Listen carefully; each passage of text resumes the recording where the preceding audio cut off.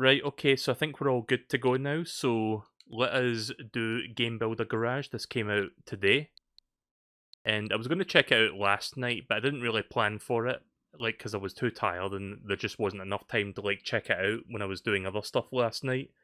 So we're here today, we're going to be spending at least a couple hours on this. I don't know how many hours I plan to do on this. Like, I started the stream a bit early tonight, because I probably get tired a little bit earlier than usual.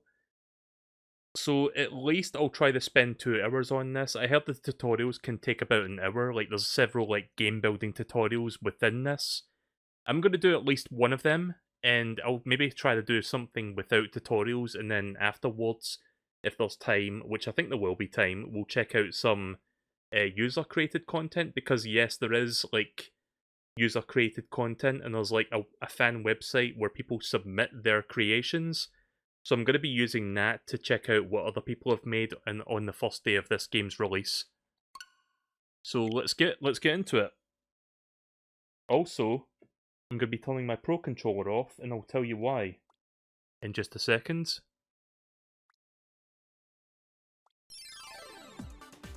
So I've turned my Pro Controller off after starting up the game because...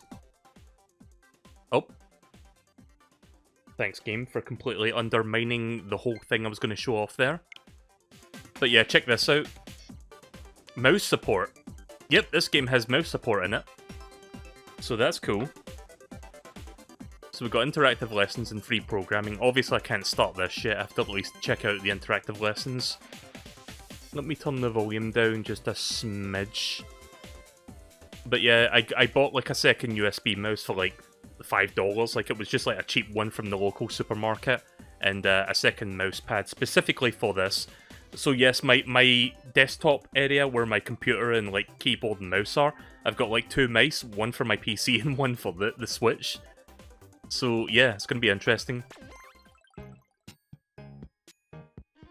Oh, so that's what the controller's for testing this, right.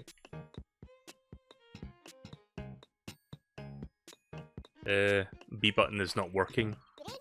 Oh, I see, it's on purpose. Looks like you need some help.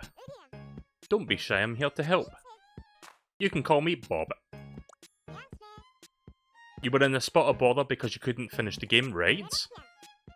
You couldn't jump by pressing the B button, so you can't reach the apple.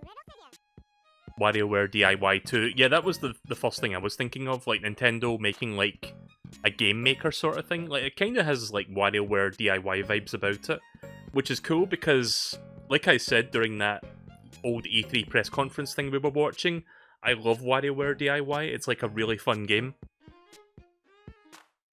Right, the thing is, the game is still under construction.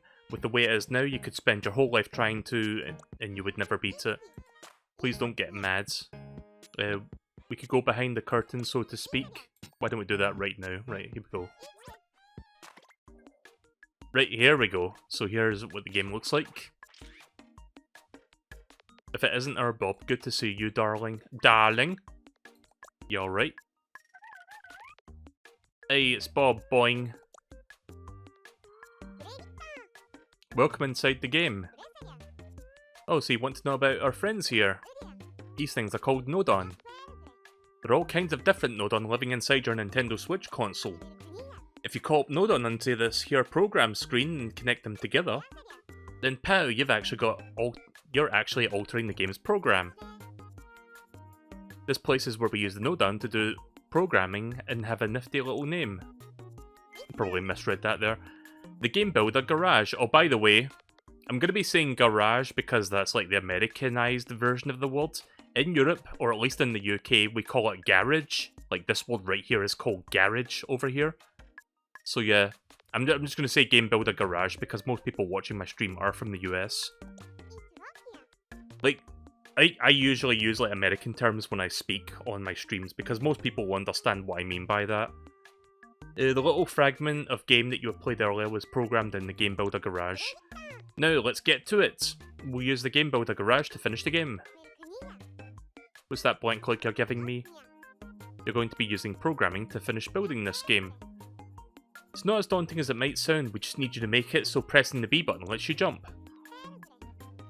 See that output thing? Just connect the jump port onto the person Nodon. I'm button node on. I know exactly what you're gonna do. You're gonna push the button and bang, yeah, I got you. I'm a person node on, nice to meet you. You saw that little character on the game screen, right? I'm the one who puts it there and moves it around. Right, hold down the mouse button and then move the pointer to... Right, okay. I hope there's a setting to change the mouse speed because it's a little bit too fast for my liking. There we go. It's kind of... Hang on a minute. Can I make this a bit slower? It feels a little bit too fast. I don't think there is an option for that. Maybe I'll get more options after I do the tutorial, but right now I don't see like a speed option. It kind of feels like I got a mouse specifically for this game, but it feels like it's going really quickly. Right, we've made it so that pressing the B makes the character jump. Now we should be able to clear the game. Alright, back to the game. There we go.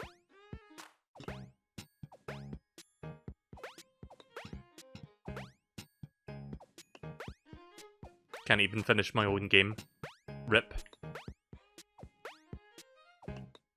There we go.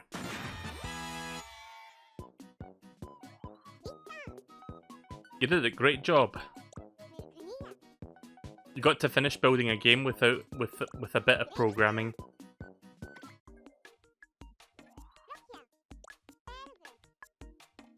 Wasn't it fun learning how to program a game? Actually, I think you might have a real knack for this. How about it? You want to program some more games? And if you do, then maybe you'd be interested in your new pal Bob's interactive lessons. Just like now, you'd go through programming all kinds of games with me as your guide, and then by the end you'll have what you need to make your own game all by yourself. Surprisingly, the interface for Game Builder Garage is very similar to the blueprints in Unreal Engine. It's for visual programming. Oh, I see. See, I've never done this kind of programming, or like, you know, that sort of programming before. Like, the programming I've only done is with I'm sure a lot of people have never heard of this, but there's like a program you can get on Steam called Click Team Fusion. That's the thing that I am used to, and it's not really a mainstream programming tool. So it's not really, unless you like go out of your way to figure out how to like get someone to, you know, convert it and publish it for consoles, it's not really a sustainable way, we'll just say, for most people, for like making games like commercially.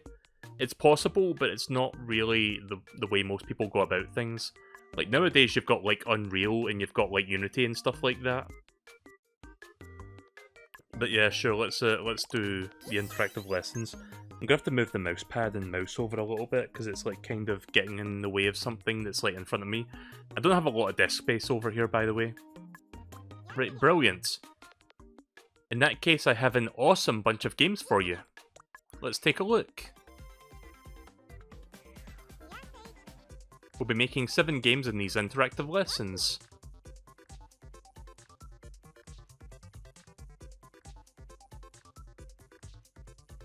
Click Team also uses Visual Program. It makes it easier to see how everything works together at a glance. Yeah. Click Team Fusion's kinda cool. See, here's the thing. Click Team have been making game maker sort of things for, like, decades at this point. Like, back in the 90s or late 90s, they had something called... what was it called again? It was called Click and Create.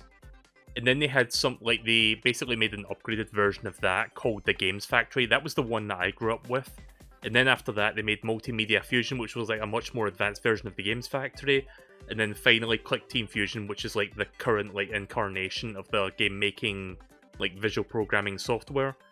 So yeah, I've been using that shit since like the Games Factory back in like late 90s, early 2000s is when I started using that stuff.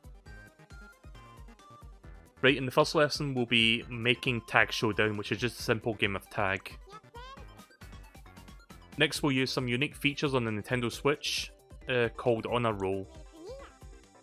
Lesson 3 is the auto side-scrolling shoot-'em-up game, Alien Blaster.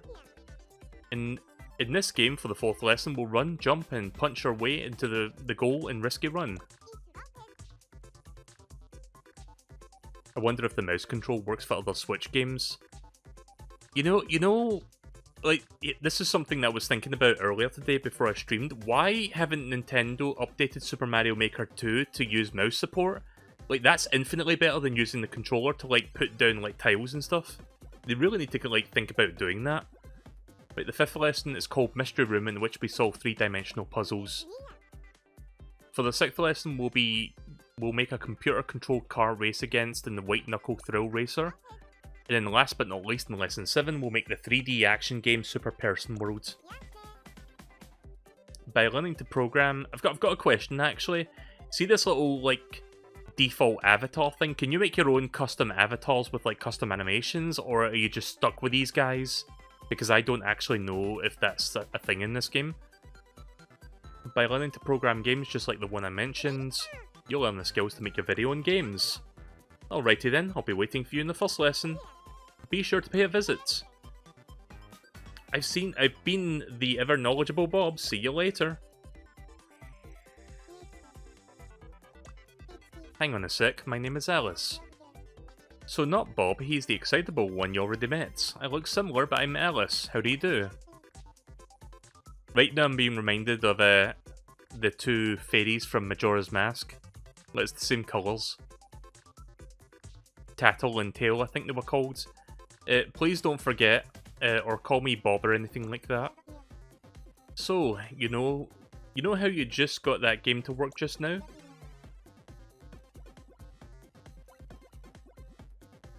Was taking a look at some sharing website for the game earlier, and there was something about a custom character. Oh, that's interesting. Also, that website, I'm going to be using that in a little while to check out some creations. I think it's called My Garage. So yeah, I'm going to be using that later on tonight so we can see what other people have been cooking with this. Be honest, you really don't get what makes it work, right? I mean, that's totally fine. You've only just started with all this stuff. But you know you're going to have to make your own game, so you'll need to understand which mechanisms do what. That's why I've set up some checkpoints to help you. I'd like you to come to the checkpoint before lesson 1. I'll be waiting. Programming 101.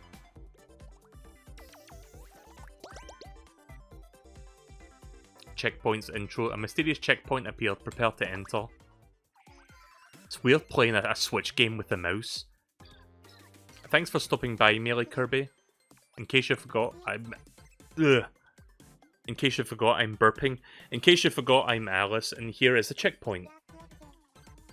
The idea here is to test whether you really know your programming stuff by solving a puzzle.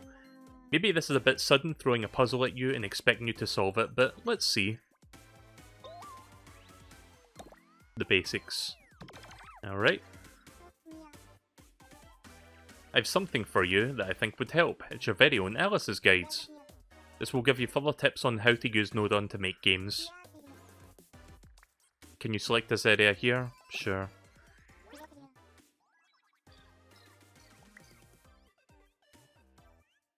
Oh.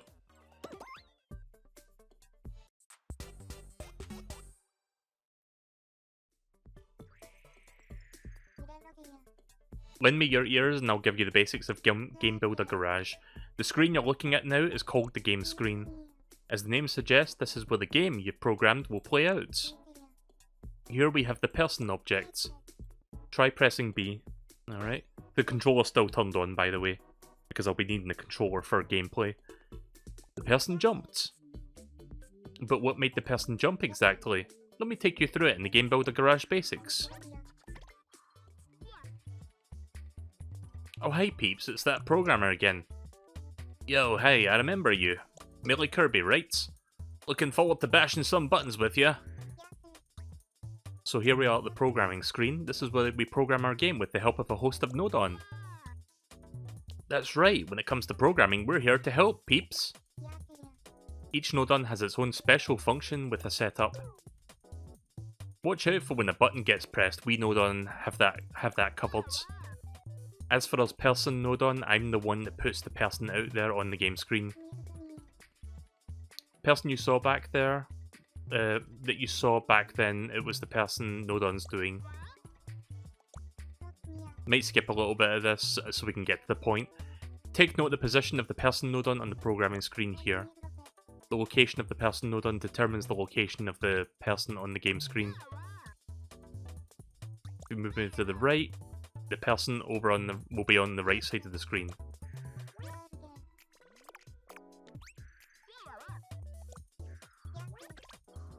Yep, there they are.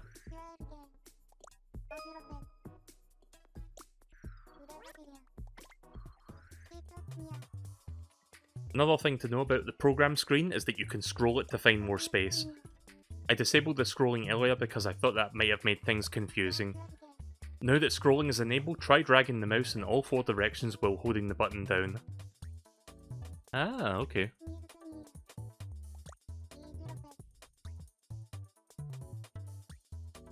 Try scrolling the mouse wheel. This mouse does have a mouse wheel, and yes, it works. Cool.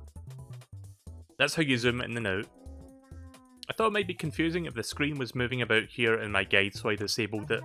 But I think this feature will really come in handy when you're building your very own games. Okay, let's put the screen back to how it was before. Yoink. Okay, all done. Now getting back to the main topic, I wanted to tell you about how to make the person jump. If you remember, pressing the B button made the person jump when we were on that game screen. Yo, that was my doing. I'm connected to the button node on, you see? These lines here represent the connections. You linked them up a while back, right? I'm watching out for anyone pressing the B button, I got you covered. Anyone that pressed the B button, I immediately send a signal to the person node on along the connection.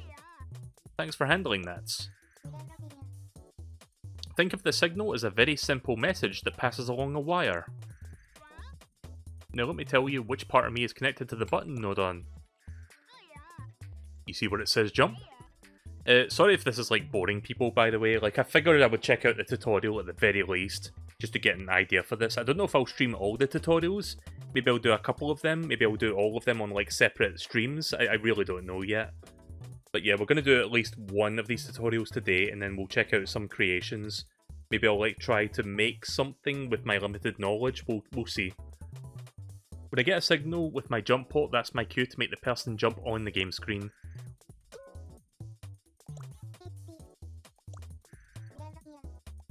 Right, I'm just gonna like go through this a little bit because I get the idea. I'm not Babby. Remove the connection between the node on and see what happens.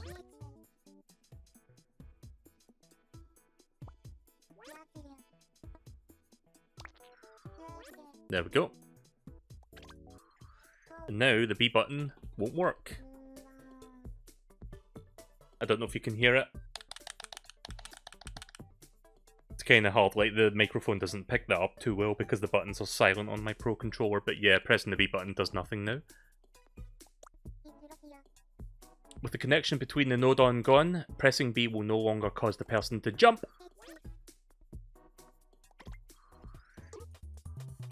Yeah, no connection, no jumping, that's how it works. That's right, if there's no connection, the signal won't reach the person node on when B is being pressed. So that's why the person didn't jump when you pressed the B button. Could you reconnect the node on to the person node on, please?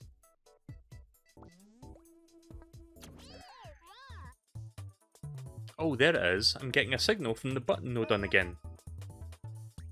Connecting node on together is one of the most important parts of Game Builder Garage.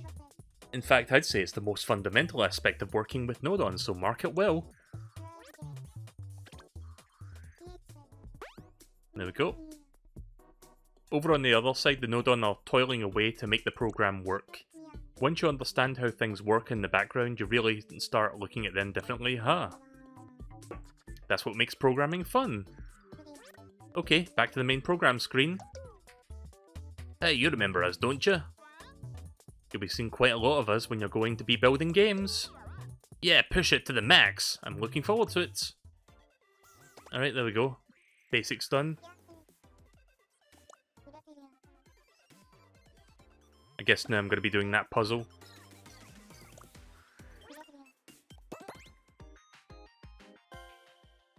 Making the person jump. Alright. Right, here's where I'll be putting you through your paces with some puzzles that you make sure you grasp the basics of Game Builder Garage. To clear the puzzle, you need to make the person collect the apple. How are you going to do that to get it? How are you going to get them to do that, I wonder? As things are, there's nothing you can do to make the person move. You'll need to make a change if you want to get that apple. In fact, you'll need to be doing some programming all by yourself. Keep in mind you can't just edit whatever you feel like in the puzzles. The only way you're permitted to solve this particular problem is by connecting the button node on and the person node on.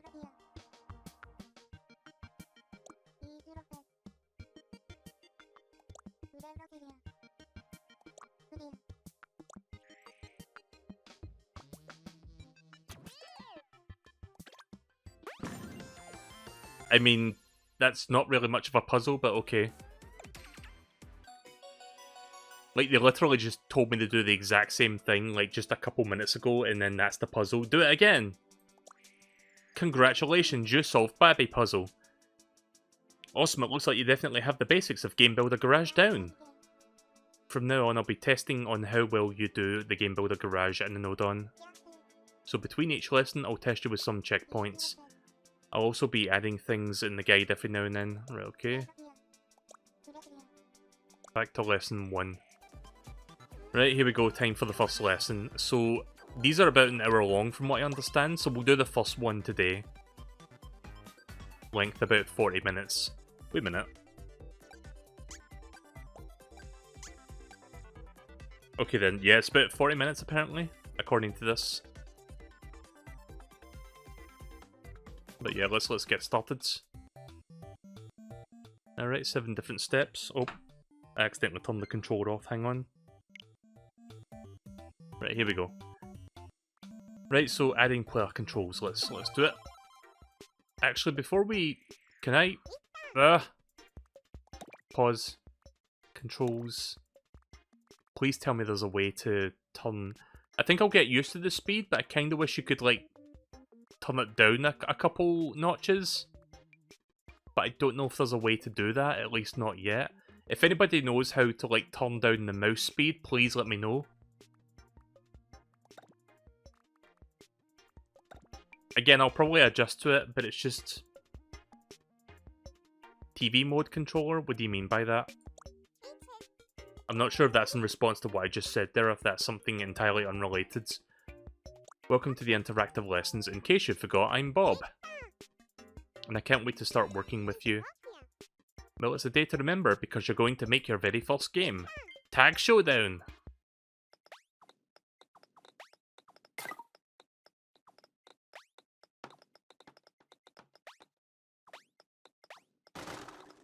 So yeah, this is what we're going to be making. Alright. In this game, a tagger will chase after a runner while dodging a torrent of rolling balls.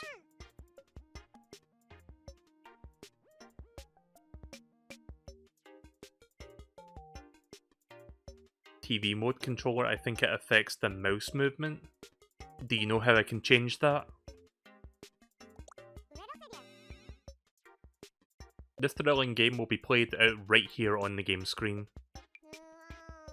Of course, you can't play anything just yet. I mean, you haven't even done any programming yet. From now on, the programming that you will do on the program screen will be reflected right here on the game screen. Without further ado, let's head over to the program screen and start programming our game. Sorry if I'm slurring my words a little bit, like that happens sometimes when I just read a ton of text. Like, it's difficult for me to enunciate my words, especially with my thick-ass fucking, like, accent that I've got going on. Welcome to the program screen. This is where you'll call up your node on and program your game. First, let's get the player character up and running. For that, we'll need to call a person node on. Select objects. Before I do that... Nope, still don't see it. I'll deal with it for now. See, I'm not sure if it's one of those things where you have to, like, go back out to the title screen and, like, go into options or something, or if this is the options. Like, you think it would be here, if it's even here at all, but no. It's at the top. Wait, what do you mean it's at the top?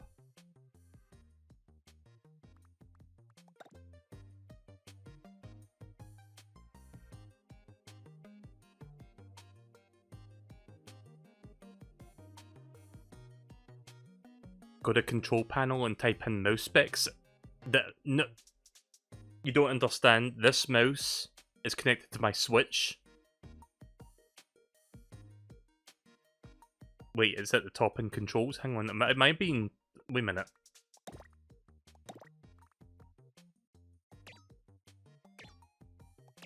Motion control pointer? That didn't really do anything. I think this is for, like, your Pro controller. I don't think that's for your mouse controls.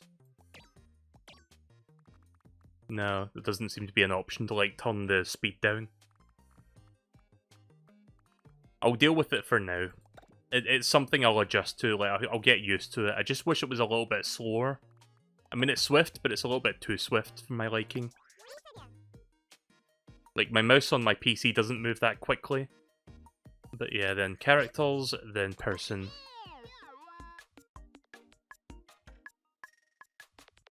If your mouse is connected to your computer, you can turn the speed down. It doesn't work like that. I mean, it does do that, but the speed that you change on Windows doesn't really affect how it operates on the Switch. That's an entirely separate thing. Like, if I plug it into my PC and turn the speed down, then unplug it and then put it into the Switch, it won't make it go slower on the Switch. It doesn't work like that. Like, the settings you change on Windows only affects Windows. It doesn't affect both. Anyway, I'm the person node on. So this game has, like, dozens and dozens of different programming node-ons, I found out. There's no way to adjust the mouse speed, suffer. Right, okay then, well, that's putting it bluntly, but I guess I'll suffer. Again, I'll get used to it, it's not a big deal. Right, great stuff. Time for me to step into the limelight, peeps. Again, I'll kind of skim this a little bit, because I'm not going to read every single text box that pops up. Alright.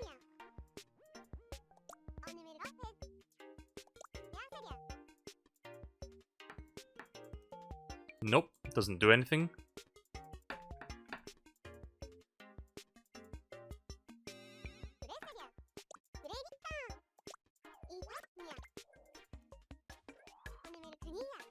If we want to move the player with the left stick, we'll need to call on the stick node on. Input. Stick movements.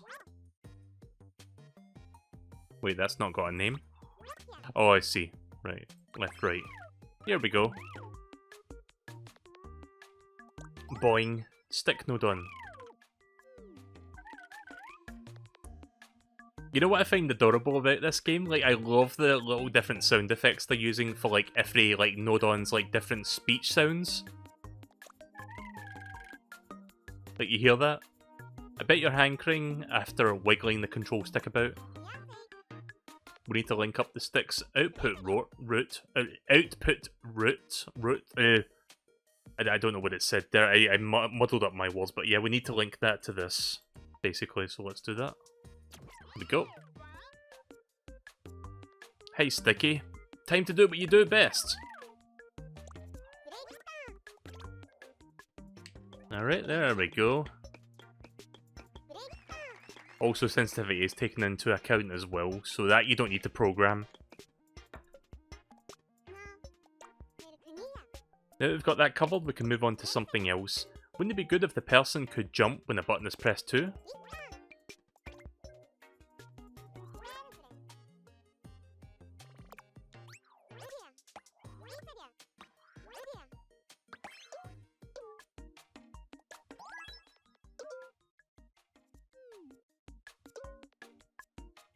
The options do allow you to swap from stick to controlling the cursor, using the Joy-Con as a motion controller for the pointer. Oh, right, okay then. Call me button node on, I'm your button bashing buddy.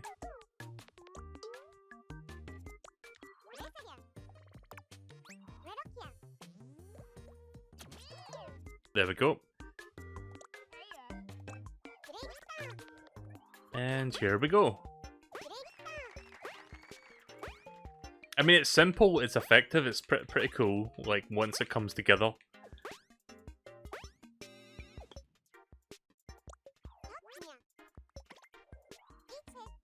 Okay, guess what? You've cleared step 1. In this step, we made it possible for the person to be moved with the controller. In the next step, we'll get ready to build the level of our game of tag. I don't mind saying that I'm pretty excited about that. I am pretty excited about that. See you in the next step. See, sometimes I have problems with like slurring my words because of my thick accent, but it's also because I like sometimes speak too quickly when I'm trying to read words, so I kind of like just muddle my words together. I'm not the best like public speaker, if you couldn't tell, if it's not painfully obvious. Anyway, here's step 2. Welcome again. Let's get right back into building our game of tag. Welcome to the welcome to the word salad club. Okay.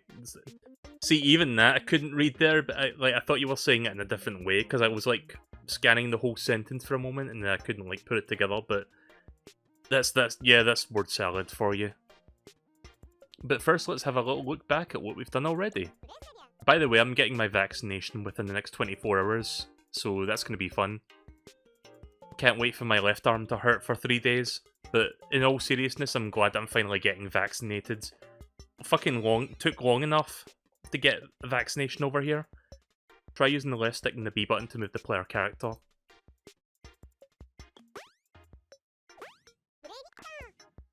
Right, thanks to your marvellous work in the last lesson, we can now move the player with a controller. This time around, we'll be building the floor and walls to set the stage for our game of tag. We'll be making the floors and walls now, but first, we'll need to decide where we're going to put the whole level itself. How about this space up here? That should do. Now that it's decided, we'll have to make sure this area is shown on the game screen. But first, we're going to have to call on the game screen node on. Objects, game screen and camera, game screen. Hello, darlings. I must say you're looking quite radiant today. I don't think I'm going to keep doing that voice. It's just when I saw the word darling, that was what came to mind. Oh, you must be MeleeKirby. Everyone's saying that you're the next big thing.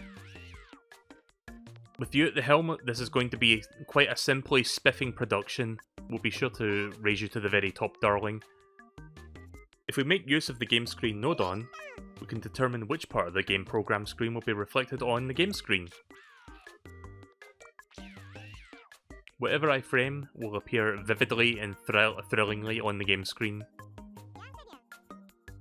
Let's make this game screen node on a little bit bigger.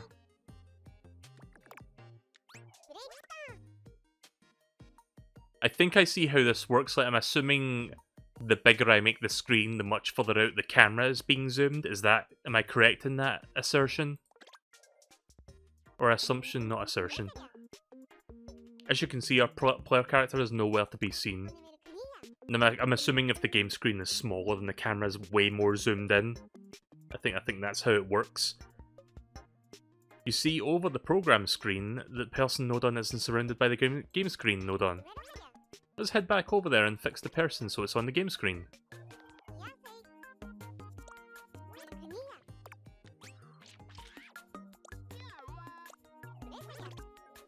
There we go. Oh!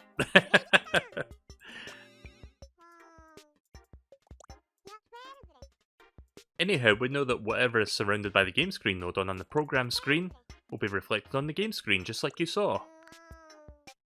But we're not in the best of places if our character can't even stay on the screen. Why not make a floor? With objects, simple objects, box. Yep, the name's object node on. How many node on have we met so far? Like 5? True to their name, the object node on are node on that can make objects appear on the game screen. Drag the node on over here. Alright. Oh.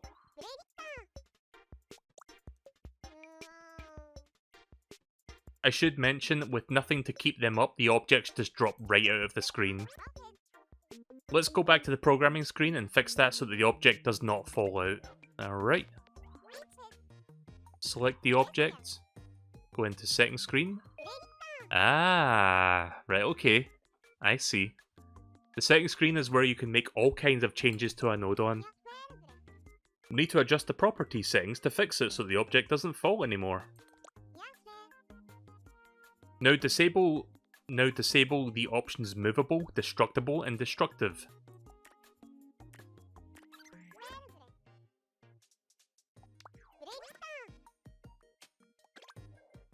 Hey, there we go. I can make a game now. Perfect, the object is staying where it should.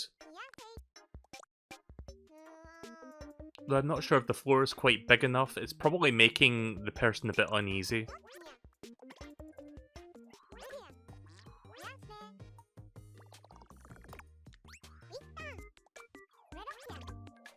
There we go.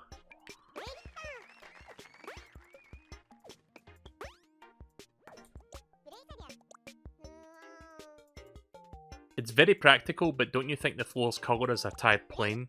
Let's see if we can change up the colour as well. Head over to the programming screen. Colour, auto. Here's where you'll be able to select a colour for your object.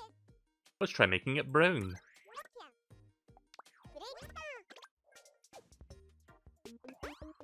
I do like how well made this is, like, in terms of, like, easing you in and, like, giving you an idea of, like, how to put things together and, like, you getting to, like, see it.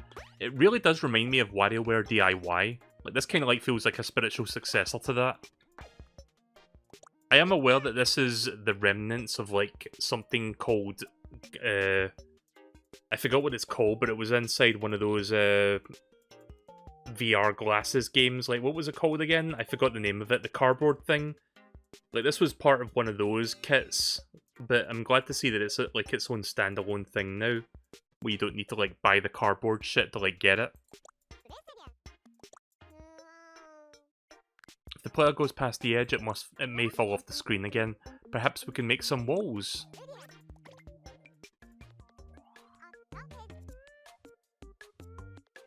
The Nintendo Labo, yeah, that's right. Apparently the Labo's being discontinued.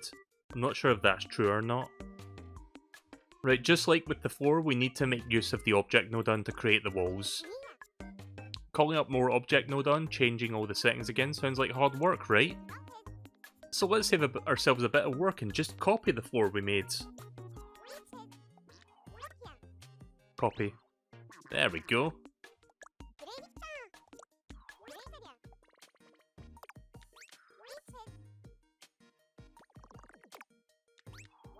That's pretty good, that.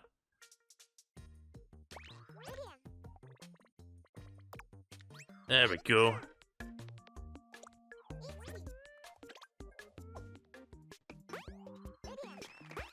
Thank God for the copy function, because that would have taken a lot longer had that not been there.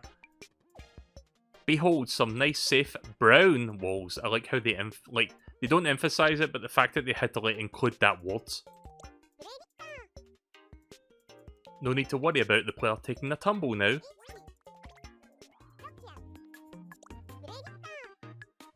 I hereby declare step 2 complete.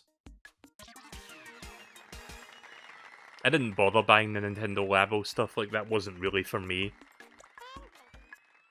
In this step we added a floor and walls. In the next step we'll add some platforms to complete the level. See you again for step 3. Alright, here we go.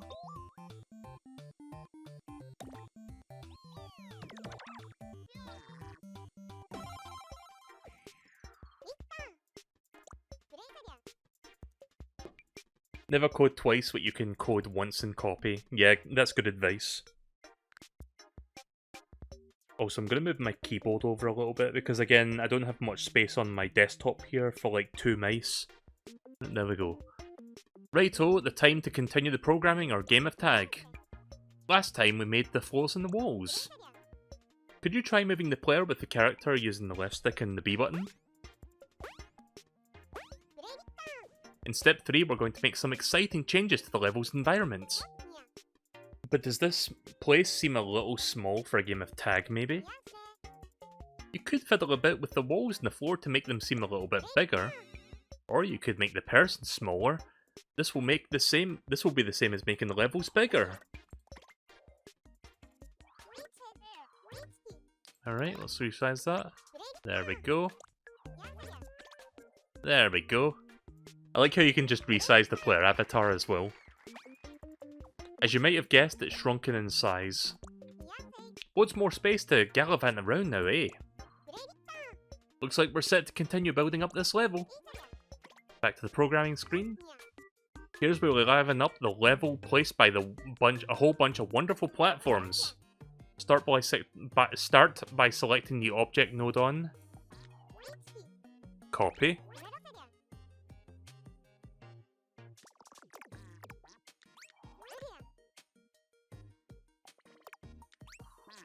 Nice.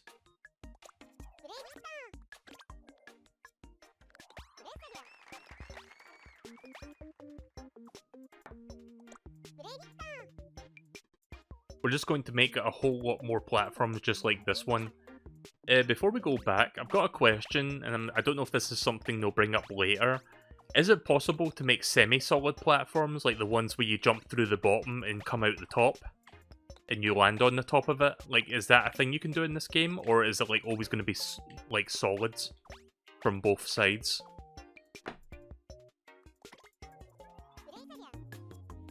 Next, we'll try making a sloping platform. Start by selecting the object node on. Alright. Copy.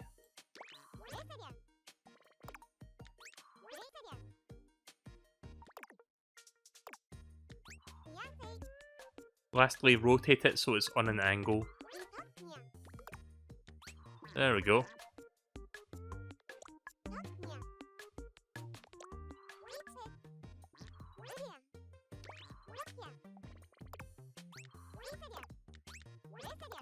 There we go. Easy. Now we have 2 sloping platforms. Things are going great so far. But we still have a few more platforms left to create. Let's add some more slopes in the bottom corners. Copy. Paste.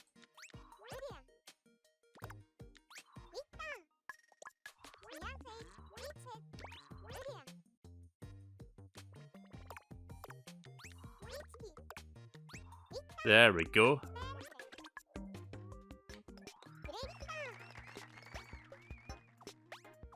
I just noticed, like, look at it. I know it's not really a professional, like, thing being built here, but I like how you can see, like, you see how, like, that slope is kind of, like, digging into the bottom platform there a bit. Like, you can kind of see it just jutting out slightly. These wacky sloping surfaces will make for a thrilling game of tag, don't you think? But let's top it off with just a few more platforms.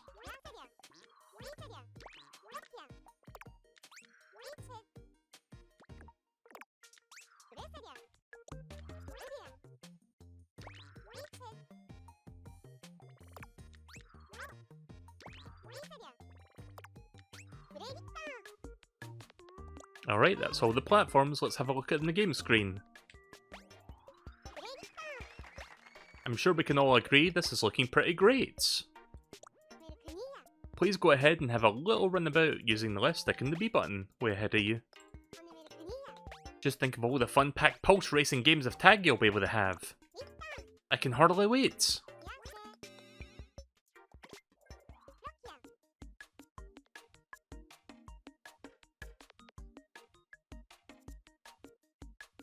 It might be possible inside the properties. I guess I could always look at that later then. And with that, step 3 is complete.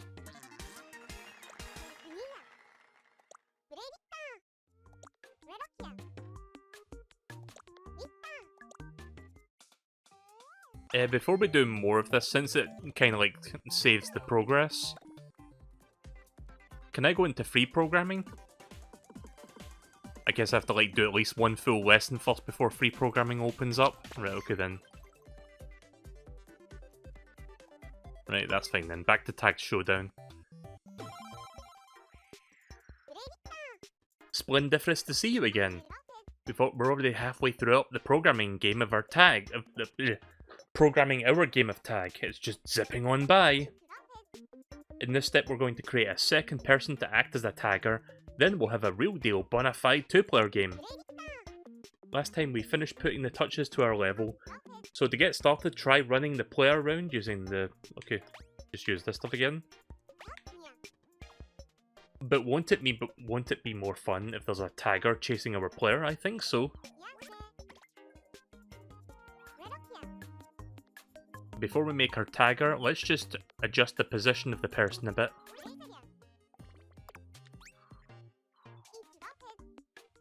It's a good idea to move the other node and attach the person to. It'll make things a bit easier to understand. Can I... Is it possible, like, they don't let me do it here, but is it possible to, like, you know, make a, like, drag and drop, or... How do I explain this? It's like select both at once and then, like, move both at once. Is that possible in this game? Because that would speed things up even more.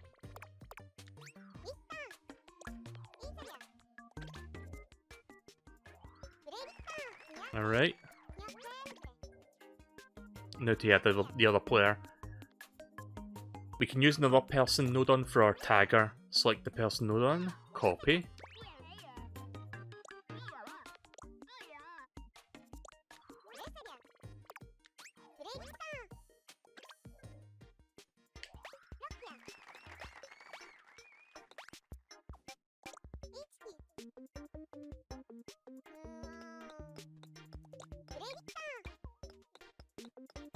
So the other person is not moving, and it's no surprise we haven't done the necessary programming to control the second person yet. Now that we have two characters, we'll need to figure out how each one will be controlled. Since this is a two-player game, we'll need to have two players controlling one person each at the same time. Controlling one person with the left Joy-Con and the other with the right would be ideal. Let's arrange it so that the tagger on the left will use the moves with the left stick and jumps with L. As for the runner on the right side, they'll be using the right stick and the R button. Now that we've decided on the plan, we can start programming the controls to start with tagger. Is it possible to like program like basic AI in this game? Because I thought the second player was going to be like an AI controlled thing. First we'll need the stick node on. Input, stick movement, left, left, right.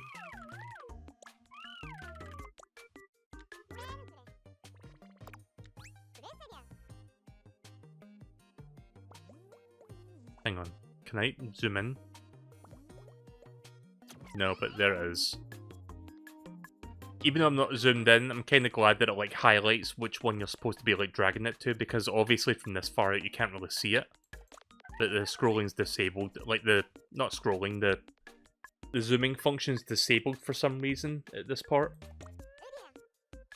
Let's call up another button node on. L.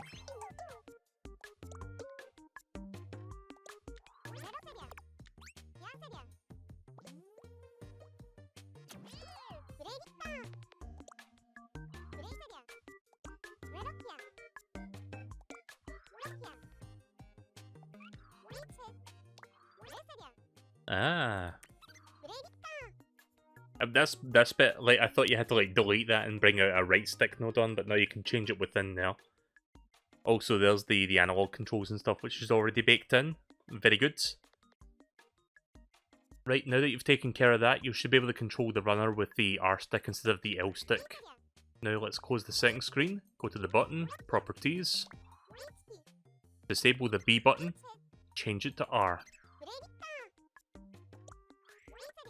Close the settings. Hey, check that out. I can control both of them independently now on the same controller.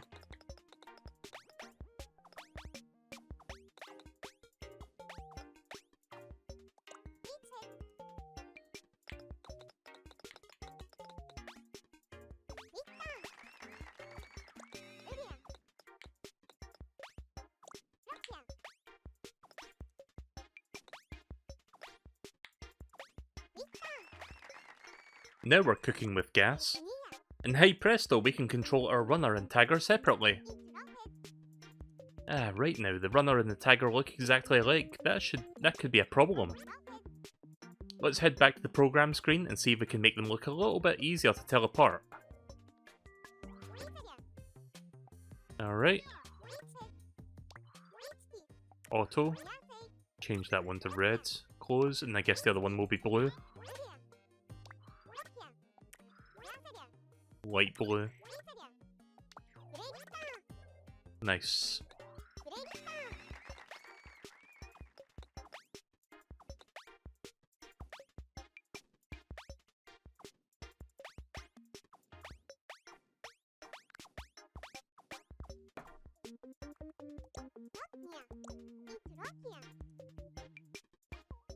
Can we make it even more nifty? Since it's a game of tag, how about we make it so that something happens when the tagger catches the runner? Try...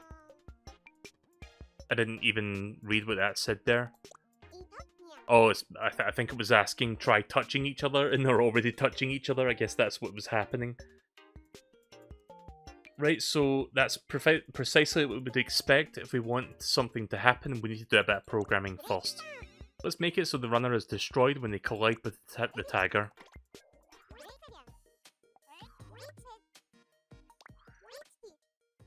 Enable destructive. Alright, and then properties for this one. Destructible. Ah, right, okay, so when those two collide, that one will get destroyed. Right, now if the tagger comes into contact with the runner will be smashed into smithereens.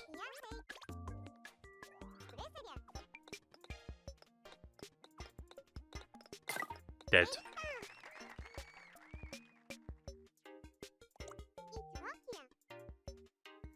If the runner breaks, then it means that the tagger managed to catch the runner, in other words, the tagger won. Our game of tag is now a true two-player game. If you caught the runner and want to play again from the start, you can press the retry button for a do-over. That way you can start the game again from the very beginning. If you've tested it out enough, let's head back to the program screen. Everything seems to be in order. Step 4 is clear. In this step, we made a tagger and turned our game of tag into a real deal two-player game. Step by step, our game is coming into focus. Pretty exciting, eh? What did you do today? I went shopping. I think did I not mention that earlier in the stream? I was getting groceries for the weekend because I'm going to be getting my vaccination tomorrow. And I'll probably be tired for the next couple of days. Plus, I'm going to be watching E3 over the next few days. So I was just getting, like, extra groceries in, so I was, like, sorted for the weekend. No, that's pretty much all I was doing today. Plus, the summer weather is, like, getting very hot, so I usually stay indoors during those, like, days anyway. Seems a little bit one-sided at the moment, don't you think? The tagger has a bit of an advantage. So in the next step, we'll be adding in a feature to even up the odds somewhat. See you soon in the next step. Alright, just 3 steps left. Also, this reminds me of Super Mario Maker's, like, 99 Mario modes. Like, just the way they, like, lay this out.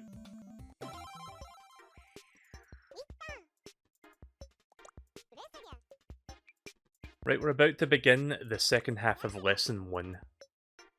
To quickly summarise, let's see what we've done so far. Also, there may be pauses in me reading because I have to like keep like wetting my lips, otherwise I'm gonna like start slurring my words. Sorry, it's like this, I need to like take a drink of water as well. One sec.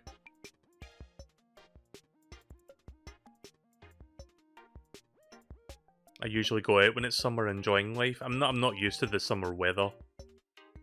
I operate better in winter months than I do in summer months. We made it so that the runner can be moved with the right okay, yeah, I did that already.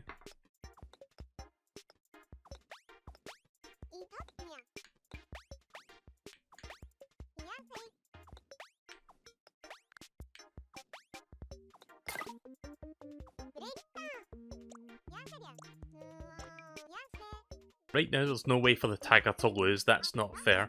But how about we make things a bit more interesting by adding some rolling balls to the level. Balls that can destroy both the runner and the tagger. Our game of tag is about to reach a whole new level of excitement, a whole new level of thrills.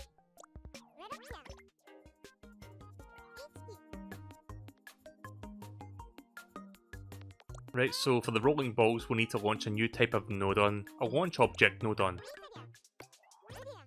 Launch object. Launch, destroy, attract. Launch object. Launch 10 objects. Nice noise. You need me to throw things? Is that what you want? You want me to help you build your game? Is that it? So you're a game programmer, why didn't you say? Of course I'll help, I'm bursting with enthusiasm, just tell me what you want. Introducing the launch nodon. It's full of beans and objects.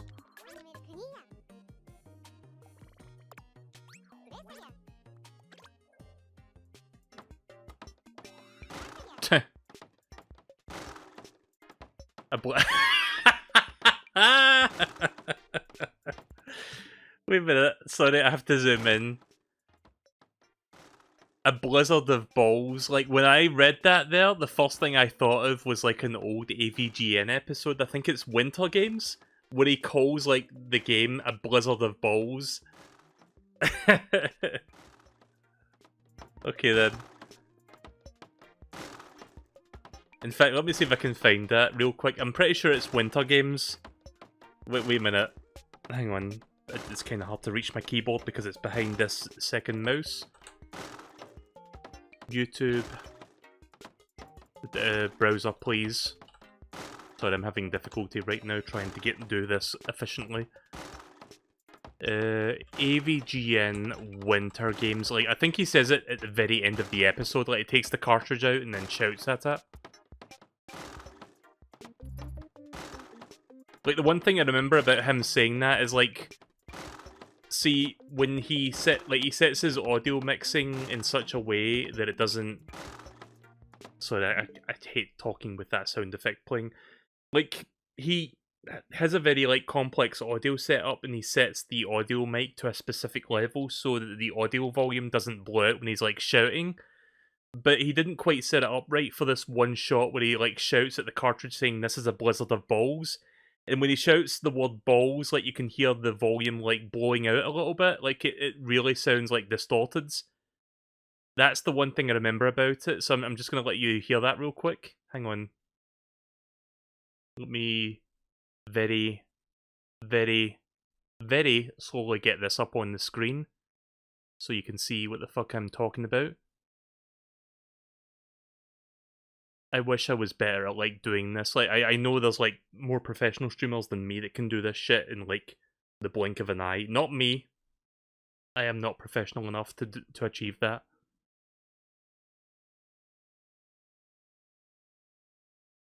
Yeah, here it is. So this is what I'm talking about for those that don't know. This is like an old Angry Video Game Nerd episode. Episode 84, apparently. Like, listen to him say this. And yes, this is how bad the music sounds like. Like, I'm almost certain this is the part where he shouts, "This is a blizzard of balls." This is a blizzard of balls! I can't believe... You hear the distortion when he shouts balls? This is a blizzard of balls! Balls! Yeah, that's what came to mind when I heard him say that. Like, this is a blizzard of balls. Or when I heard the game say that, that was the first thing that came to mind. Right, back to the game. Look, a shower of spheres, a blizzard of balls! That's exactly what the launch object nodon can do for you. The balls seem a touch too big, maybe. Hang on a second, I need to bring chat back up because I had to, like, move it for a second. Again, professional streamer. Yeah, every once in a while, like every couple years or so, I like to binge like the old AVGN episodes. It's still something I can go back to and have a good time. Like, I binged all the episodes late last year, before moving on to Kid Icarus stuff. We can do something about that on the program screen. Alright.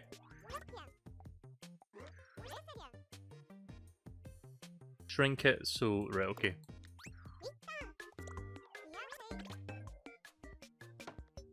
Ah, okay. I'm guessing there's a way to randomize the throwing, because it seems like it's doing it a very specific way. I think we could have them tumbling around the level in an even more exciting way. Let's put out an extra platform above the runner and tagger. Copy. Oh.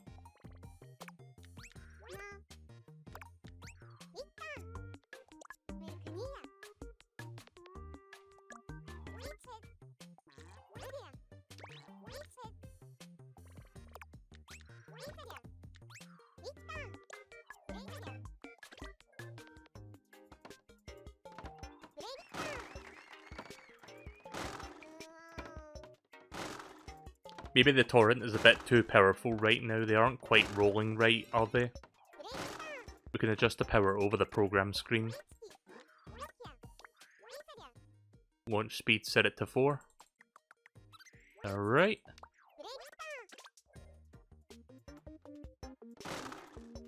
Oh. That's much better. We've tamed the torrent now. But see how each ball breaks when it hits the next one? Looks like we'll need to make the interval between each ball launch a bit longer, right? Alright. Set that to 7 seconds, alright. Oh. Now the interval between each ball launch will be extended to 7 seconds.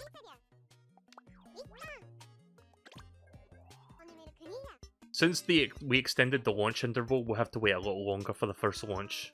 Just a sec. There we go.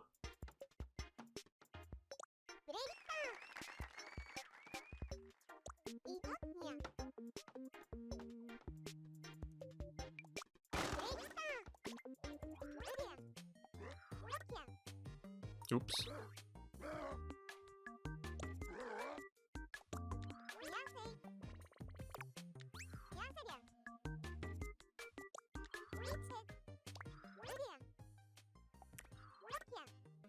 Oh, that's cool. Yeah, you can set it to like different directions.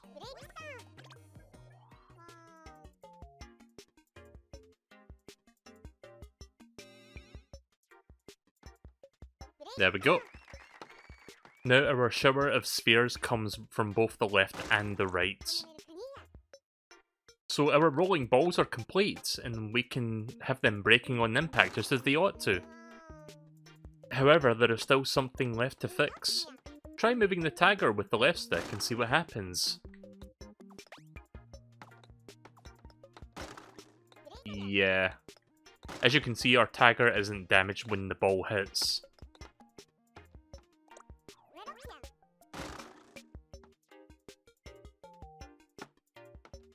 Yeah, only 6 directions. I'm not sure if there's like any way to like fine-tune that. There might be. I can't really check the, the full breadth of the programming scope until I'm done with this.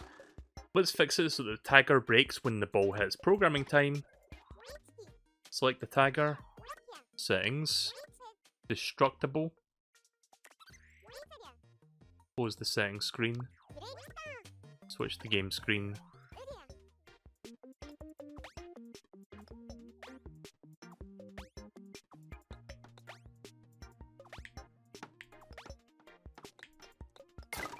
There we go. Now the tagger breaks when a ball is hit. Great! Imagine the tagger pursuing the runner through a hail of tumbling balls. The drama, the pearl. We've truly got the makings of a truly thrilling contest. When you're done checking out it, let's return to the program screen. And let's see, step 5 is clear. In this step, we used a launch node on to liven up your game of tag. In the next step, we'll make it so that the game can be played again and again. Alright, 2 steps left. We're going through this at a breakneck pace.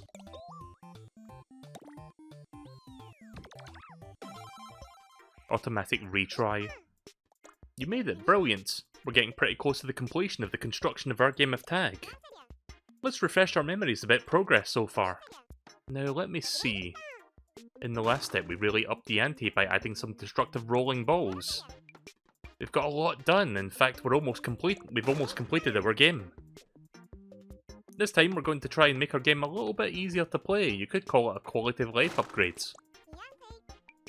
Now if the tagger or the runner breaks, the player needs to press the retry button themselves to play again. It seems like a lot of hard work when you're supposed to be having fun, don't you think? To make life easier, how about we add an automatic retry to the game? If the tagger or runner break, a retry will be triggered. First, we'll need to call a node on that watches out for things breaking. Namely, the object break node on. Input, state change, on break. It's shaped like a broken heart. Hi honey, something I can help you out with? The object break node on. Yay. What did you say, hun? Is there something you'd like to ask me? Don't be shy. That's right, if the tagger or runner break, we'd like you to let us know about it. I'll take care of it, sugar. Don't you worry about a thing.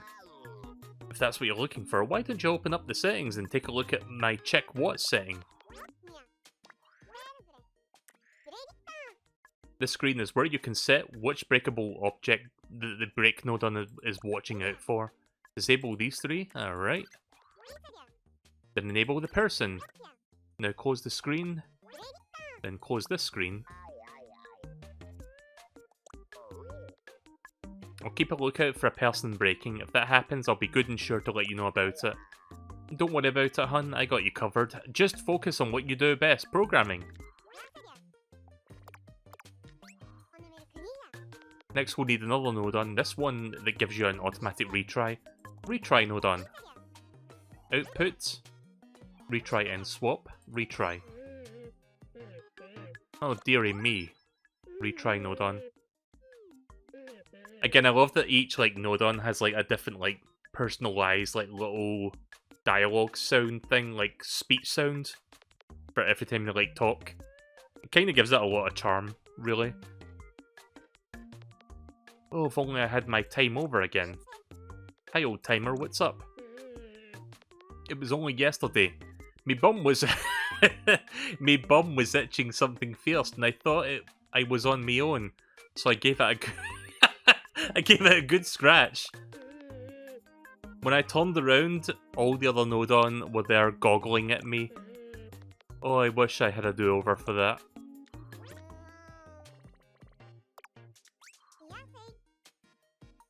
Yeah, that must have been awkward, Nintendo localizing this shit. I could only imagine what the Japanese version of that anecdote would have been. Okay, now that the game will restart every time my character is destroyed. Let's check it out. Check it out, check it out.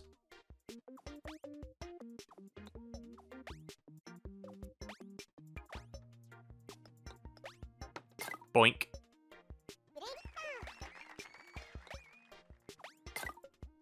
Nice.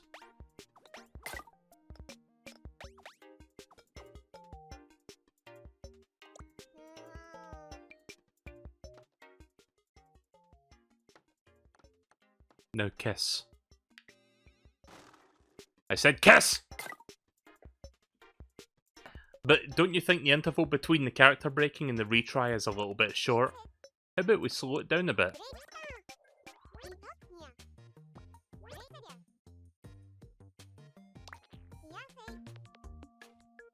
Here's where we'll call the timer node on. Middle. Timer. Alright, well I guess this adds an extra second or something if you want that. Yeah, because as soon as something destroys, it just immediately reloads, which is kind of jarring, so I guess pacing that out a little better does make sense. You need my help? I hope you aren't wasting my time. We wouldn't dream of it, we need some of your programming expertise. Oh really? Well why didn't you say so? I'll help, because it causes me no shortage of headaches when people don't make appointments. Naturally I want to help out, but what if I'd been double booked? I can hardly tick when I'm supposed to be talking, can I? Always pays to have one schedule in order.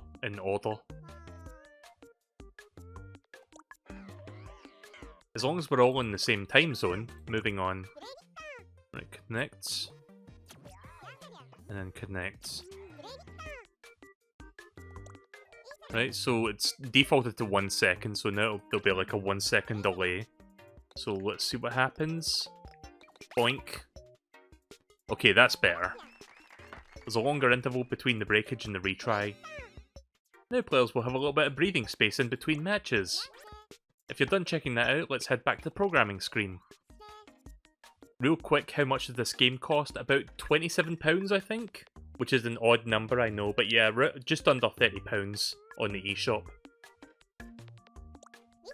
Okay, so step 6 is complete. The next step will be the final one, and our game of tag will be complete at the last. In the final step, I'll show you how to add some MeleeKirby magic to your game. See you in the last step then, don't be a stranger. Right, here we go, almost done. I'm assuming once I'm done with this final step, the free programming mode opens up. That's kind of what I'm aiming for right now, so I can like mess around with all the available features. Hi there, can you feel the excitement in the air? This step will be the last one, and then our game of tag will be complete. But first, let's recap everything we've done so far. We fixed it so the runner is controlled with the left stick and the right stick and the right button. Likewise, the tagger is controlled with the left stick and the left button. And we made it so that the game is over when the ball hits either player. It's fair to say we got pretty much everything we need for an awesome game of tag already, however. A final touch is still lacking, and it's a sprinkling of colour from your very own hand, MeleeKirby. Alright. So next, we'll harness your inspiration and creativity to change the colour of the level. Are you ready for that? For example, select this object, go into settings, brown.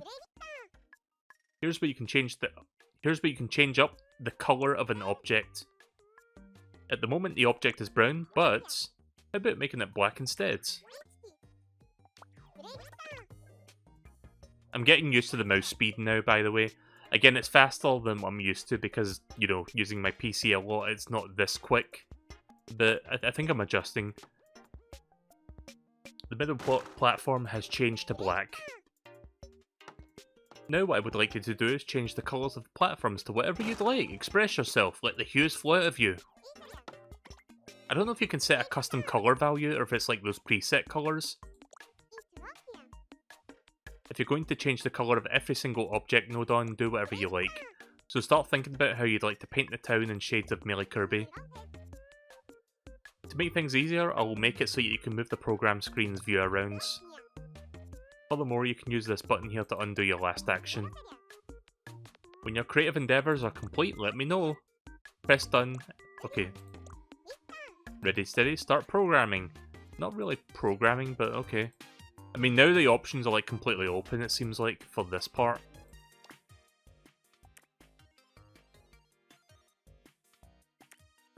I don't see any way to like customize this, so I think it's just limited to these 12 colours. Kinda wish you could get like a full like colour slider or whatever, you know, like the red, green and blue sort of thing, so you can like get a specific colour tone. I'm not sure if that's like an option that opens up later, but right now this is all I've got. Right, so we'll make the two top ones light blue. I'm gonna go for symmetry here, so... Oh. Wait, did I do that one already? I think I did. Yeah, I did do that one already. Right, okay. And then this one light blue.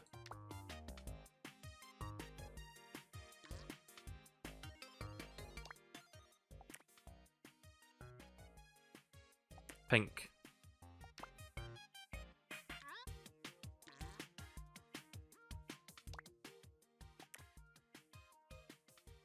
More or less done with this game.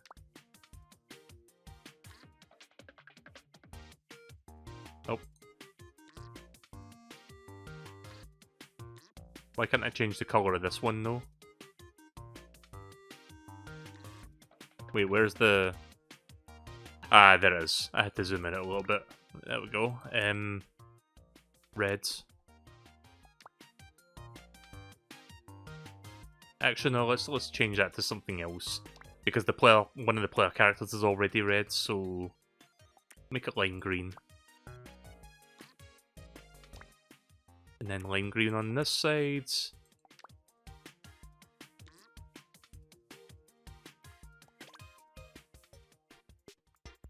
Right, so I'm missing 3.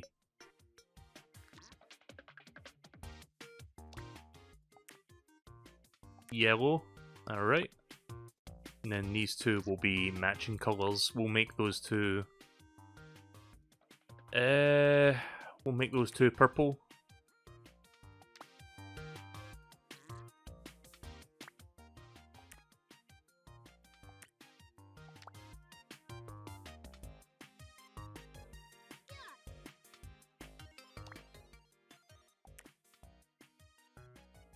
Actually...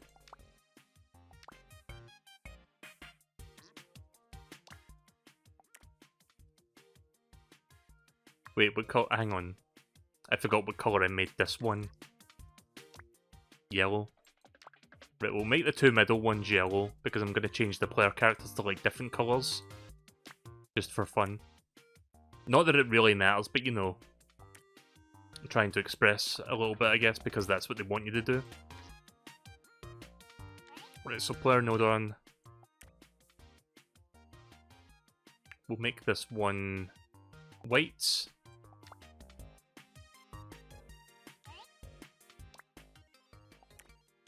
And we'll make this one black. So yeah, just opposite colours, like red and blue.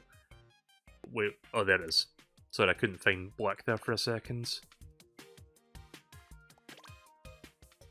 That's pretty cool.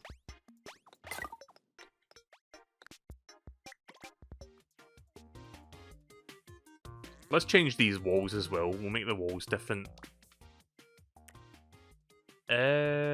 What colour have I not picked yet? Actually, no, let's not do that. I'm going to make the floor different because I can make that look like grass green. There we go. There we go. That looks a little bit, you know, better.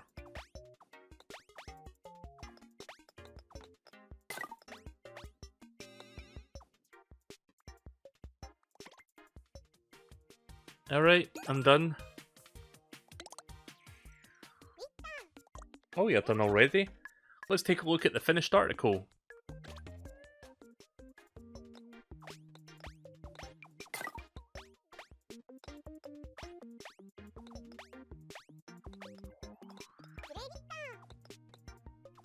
Oh, what flair! Such taste! Wow! Is that a reference to Doge? Okay. With that, I declare the development of this game complete. And what a magnificent game it is!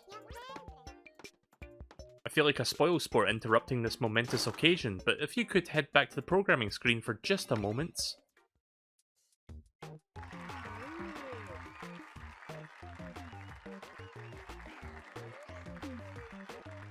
Alright.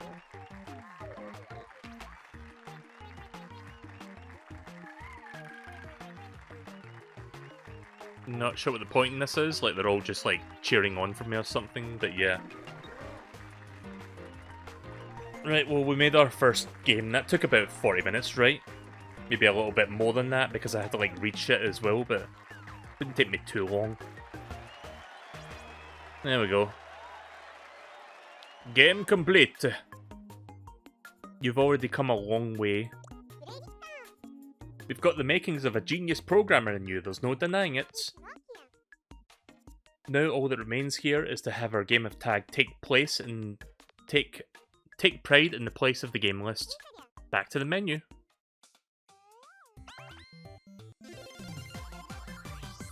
There we go, game complete. Congratulations on going gold with Tag Showdown. When the game is finally finished, we say it's gone gold and it gives you that it's done feeling.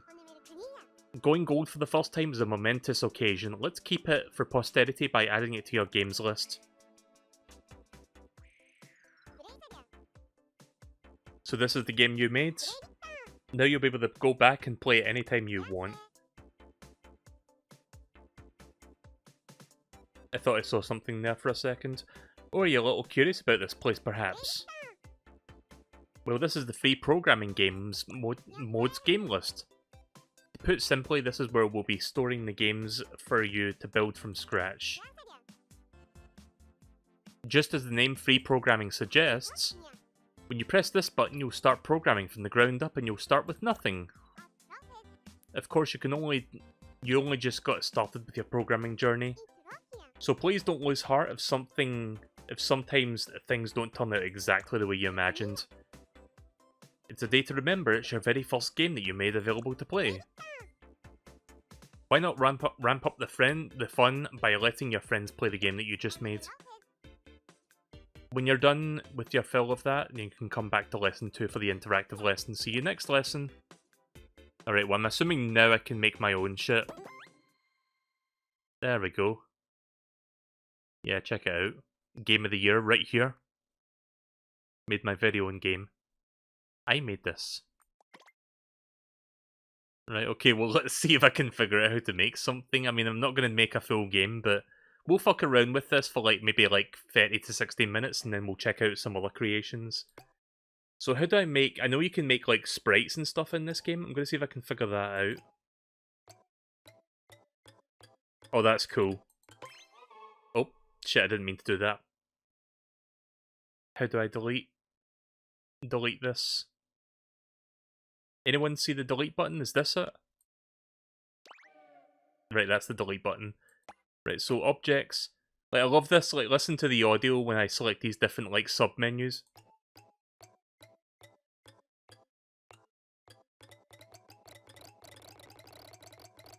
That's what I call music. Right, okay then, so fancy objects. Are there fancy objects, maybe? No. Simple objects. Special objects. Texture, maybe? Right, okay, let's see. Can I configure this? Ah, here we go. This is what I was looking for. Right, let's see. What do I want to make? Oh, I've got everything at my fingertips now. Yes, this is the shit. I'm so glad that you can do this kind of thing.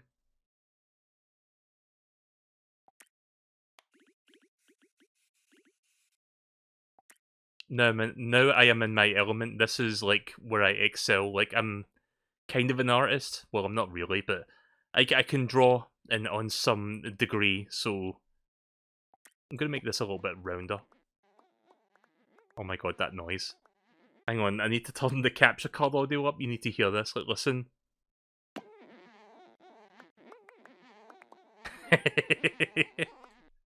Right, let's turn that back down.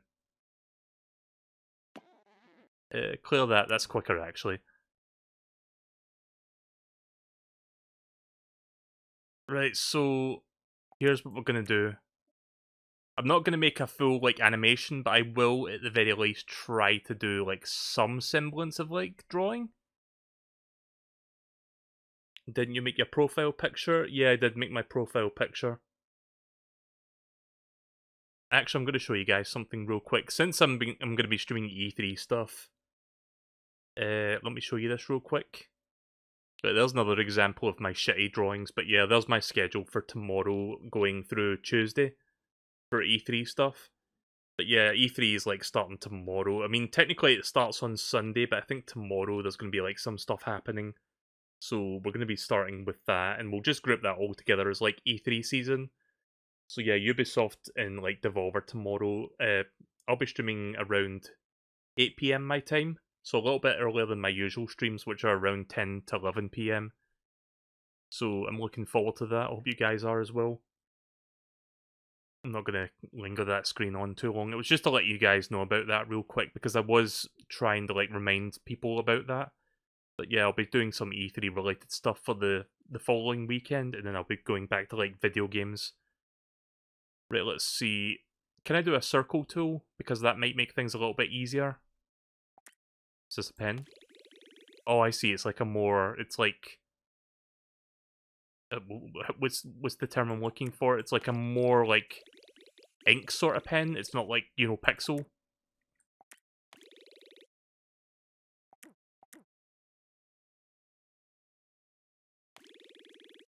Oh. No, this might be a little bit too thick. Haha, I said thick. You may laugh now.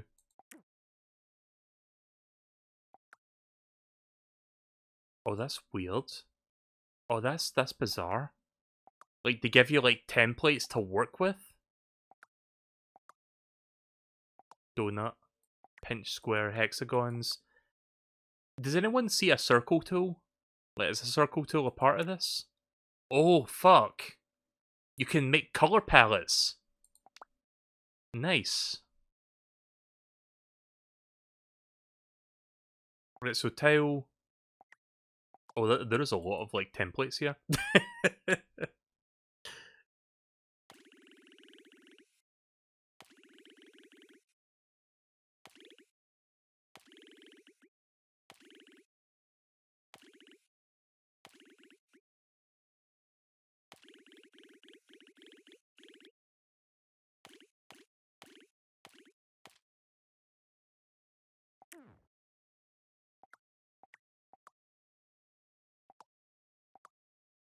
Oh, hey, look, guys, it's a hidden Mickey. It's like a bootleg Mickey. Well, it says frog, but, you know, it kind of looks like a Mickey Mouse. Question mark. Oh, that's just taken straight from Mario. Exclamation mark, key, keyhole, flag, paw print, hand. There is, like, oh, that's the whole thing. I was about to ask how much more there was. That was, like, quite literally the end of the list there. I don't see a circle tool, sadly, but that's fine. We can just kind of improvise. Unless... Wait a minute. Oh, so that's what that does. And that rotates. Right, okay. Oh, you can zoom in on the pixels. That's cool.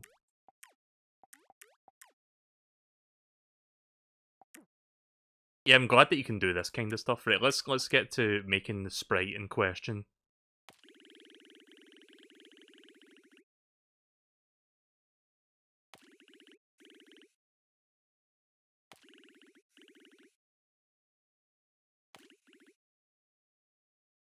So this won't be the best drawing in the world. I'm not gonna... Like, I'm kind of a perfectionist. I like to do things, you know, very slow, and, like, I try to get it to look just right, but I'm gonna try and speed this up a little bit, so it's not gonna look amazing. Keep that in mind.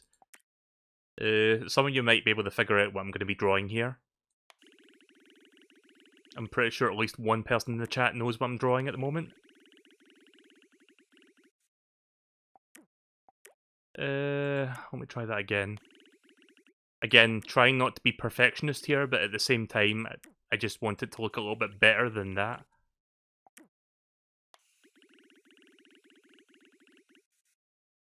Nah, that's not... I'm not satisfied with that. God damn it, please. Just trying to get that right curve. It's a little bit better. We'll go with that, fuck it. We'll go with that particular shape. It's not as good as it could be, but fuck it. I'm not going to waste too much time on this.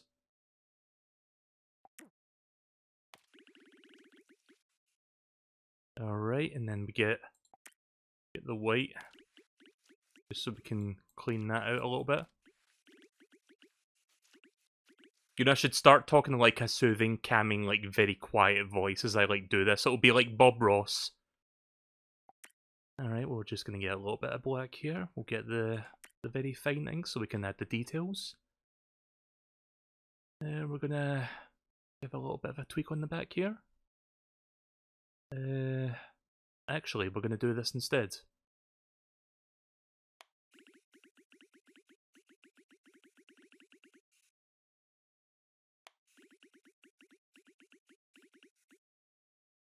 Let me just retry that again. Nope.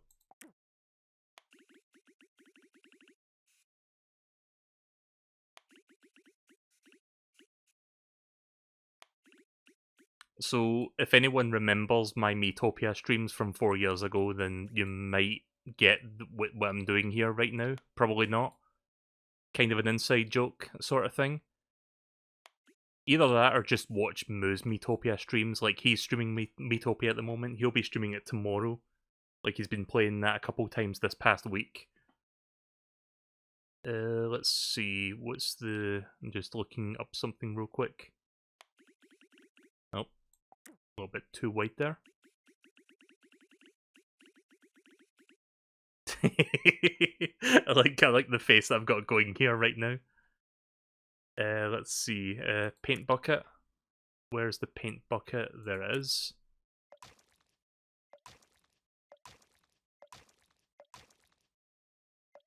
Ah, shite. I knew I was going to do that.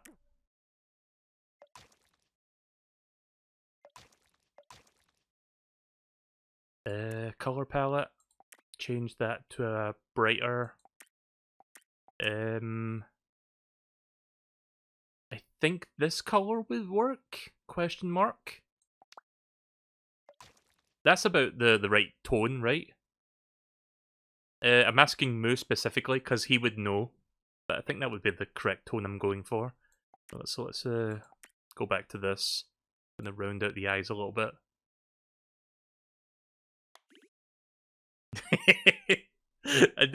I'm sorry, I just love this kind of shit.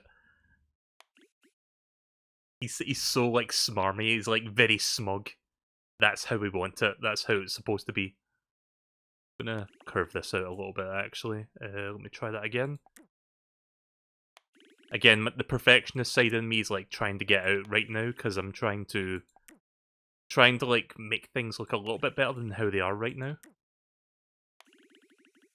At least you'll get to see me. In fact, you know what? We need to make this more appropriate. Hang on. I've got an idea.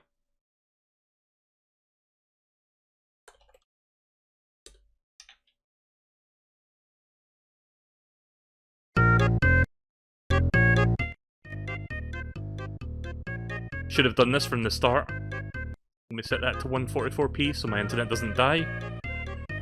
Right, here we go. Oops. Don't know what I just did there. Hang on, I'm going to turn that down just a tiny bit. Just trying to get the volume balancing right. Right, there we go.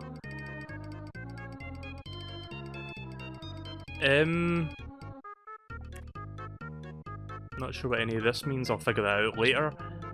I don't know if I can move this over a bit. Like, I think I may have fucked this up. How do I save this? Like, I'm kind of afraid to click the X button. I think that's what I'm supposed to do? Question mark? Ah, there we go. Right, okay, so that did save it. I was worried if I clicked that, I would have deleted the whole thing. We're not quite done yet. There's, like, one thing I just realised. The eyes need to be coloured in. Paint bucket. Splosh. Splosh. Sploosh. Splash. And splosh. There we go. Output. Let's see. You know, it's kind of like we're coming full circle. Like, we had Mario Paint and we had WarioWare DIY, which has a lot of, like, interface from, like, Mario Paint. And now we're playing this game, which is kind of like a spiritual successor to WarioWare DIY, and we're playing it with Mario Paint music. So yeah, it's kind of come full circle if you think about it. Right, game screen.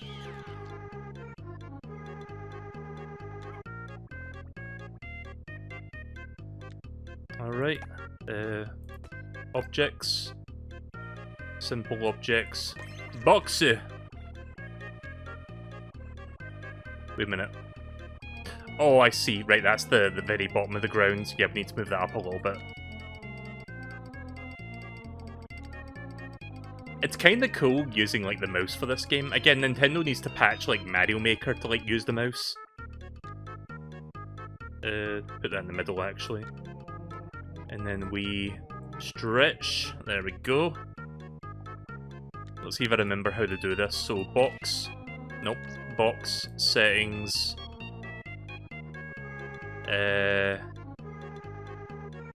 Solids. Movable, I think. Destructible as well, and destructive.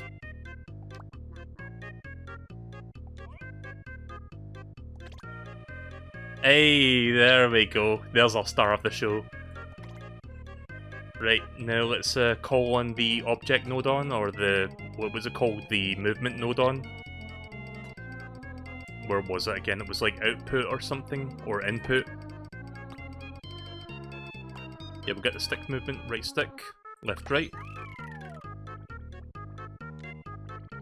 I'll put that down there near the object. Input, button press, B button.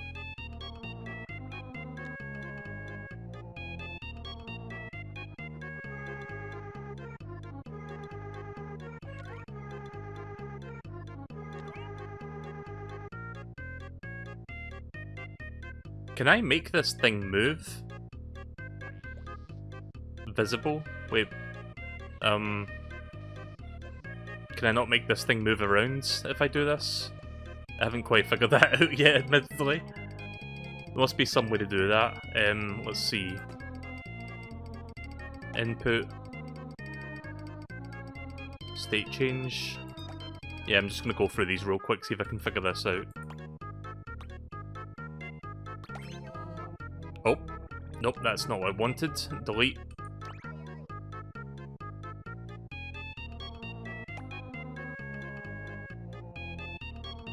Actually, hang on a minute. Let me go back into the settings. There must be some way to, like... Nah, I'm not entirely sure if there's, like, a way to make this interactable. There probably is, but I haven't quite figured that one out yet, so I'm gonna do something a little bit different here instead.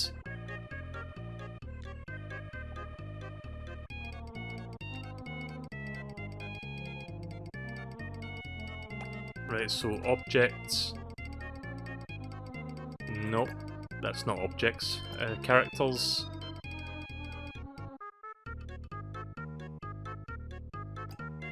So I'll be a bit slow on this because I'm trying to find specifically what I'm looking for. And if I can't find it, I'm going to try and improvise and do something different. Again, I'm just like kind of going into the deep end right now, just seeing what kind of tools are at my disposal.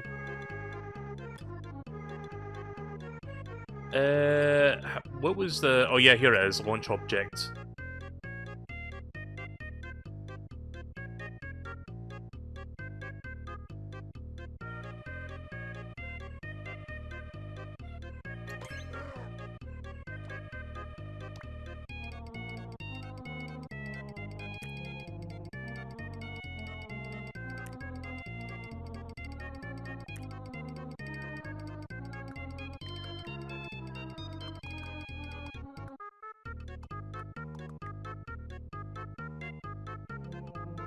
Can I affect the gravity?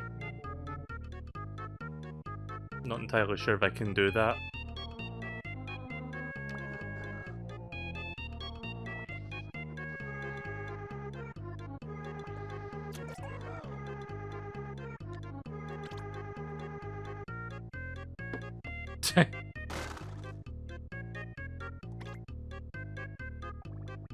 Oh shit. Hang on, I think I messed that up. There we go.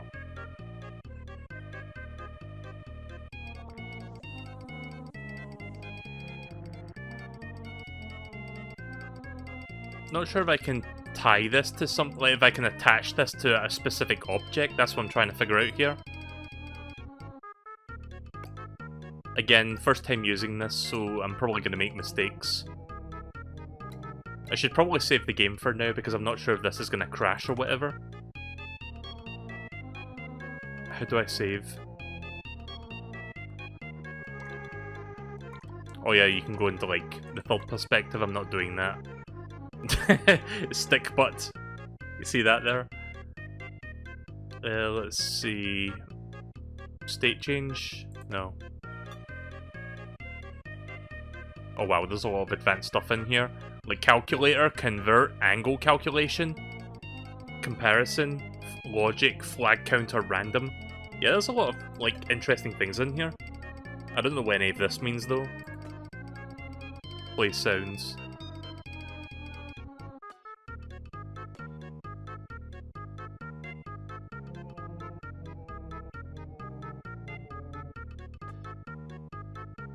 Emit IR light.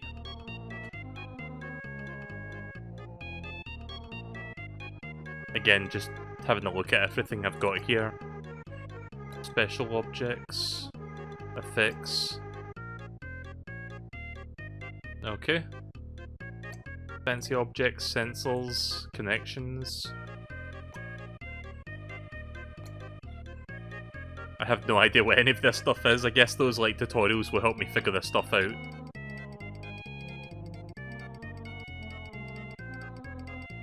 See, what I want to do is control this, but I don't know if I can do that. I haven't figured that out yet.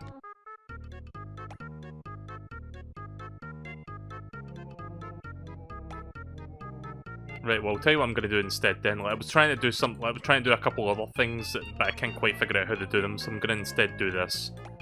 Objects, simple objects, nope, characters, UFO.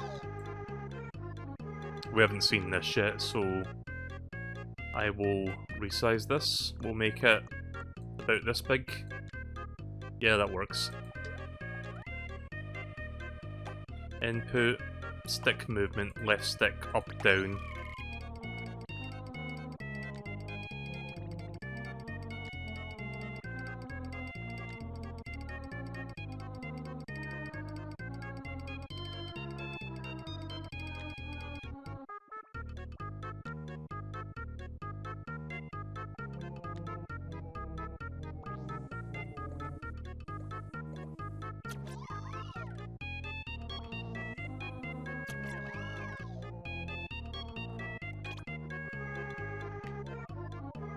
Okay, that's pretty cool, that. I like how Moo, like that's Moo by the way down there, if you're wondering who that pixel sprite art is. I just like how he just continues to like look smugly upon the UFO, like he doesn't give a shit. Do you want to see what I've done trying to figure out semi-solid platforms? I can't figure out how to change the properties, but I can go over the idea with you. If you want to, you can DM me the details, because I'm not going to do any more like with this programming stuff beyond this. But yeah, send me DMs like regarding that, and I'll have a read at that once I'm done streaming. Right, so let's see, I'm going to try... 1 second. Can I change... Like, I can't seem... Wait a minute, what's this? Oh. Nope, that's not what I was looking for. Fuck. Hang on. I don't think I can change... See, here's the thing. I'm trying to, like... Yeah, I'm sorry, I can't really figure this out. I'm trying to, like, make a player sprite that you can control and, like, do interactions with. I think I may have selected the wrong thing. This might not be that. This might be... Oh, fuck. This might be something entirely different. This might be just for, like, walls or something. This might not be, like, a player sprite. So... I don't know if it's possible to copy this into, like, a different thing, so I can use it there. I mean, what I could do is screen grab this and try to recreate it. It's going to be messy, but I could do it that way. I don't know. We'll see. Let me just screen grab that real quick so I can put it on my PC screen so I can look at it. Right, there we go.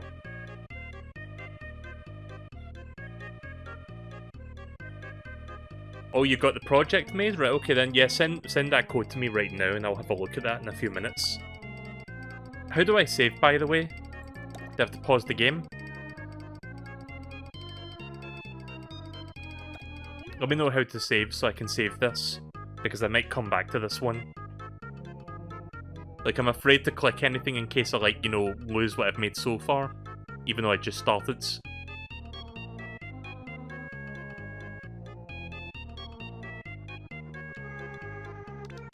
Right, well I guess that locks it in place. It auto-saves on exit, right, that's fine then.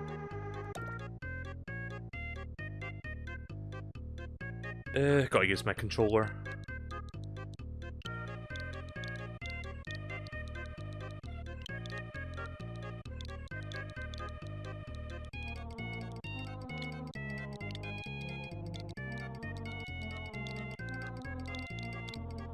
Game of the year.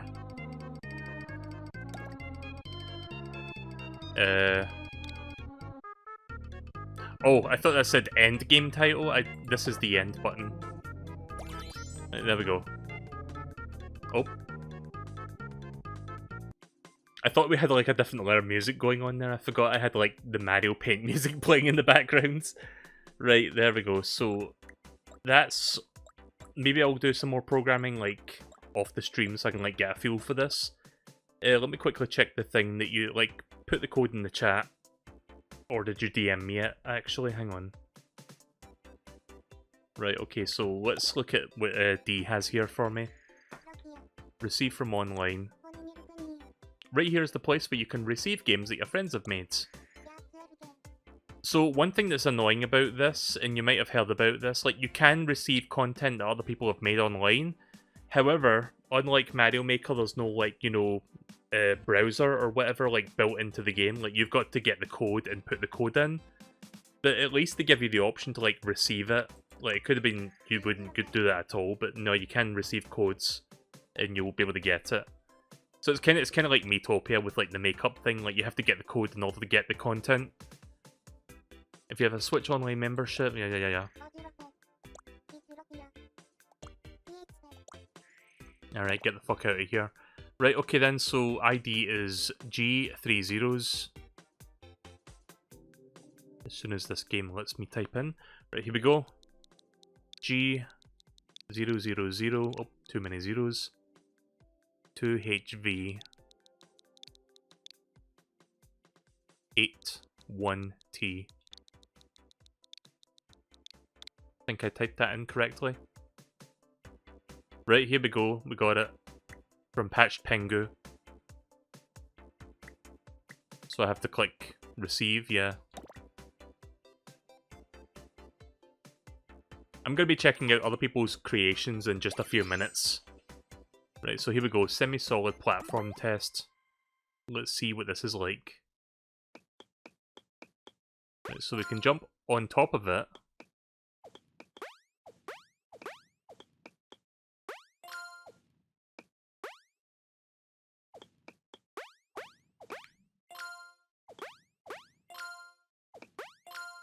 Right, let me read the chat. The platform can't change state yet. You'll hear a ding when the player's location sensor goes above the platform's location sensor.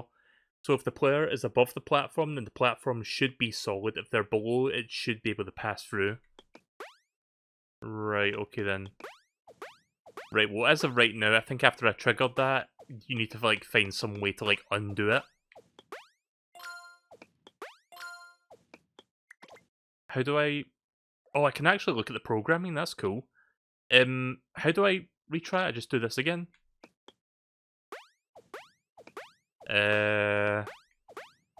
It's not working. Am I doing something wrong here because I don't see this, like, functioning as intended?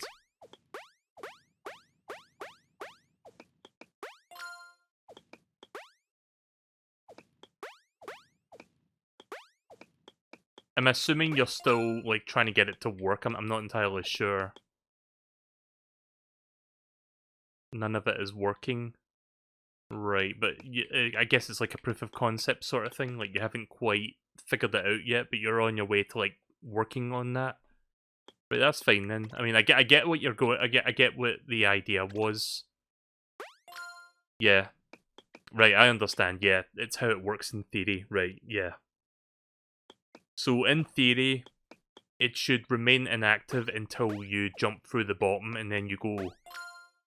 What you should do, like, if you do it like this, you should maybe place this hitbox up a little higher.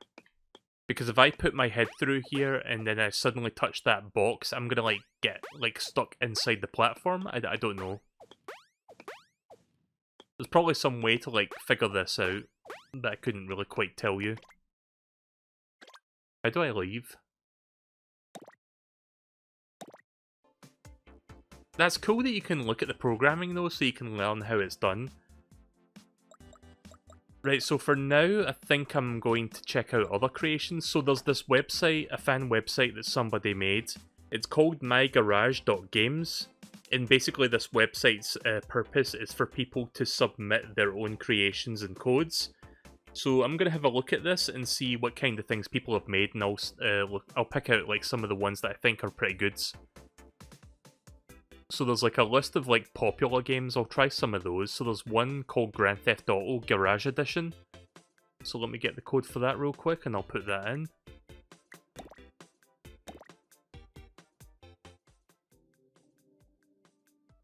Right, here we go. Code is G007. 7, 6, CF, D, C0.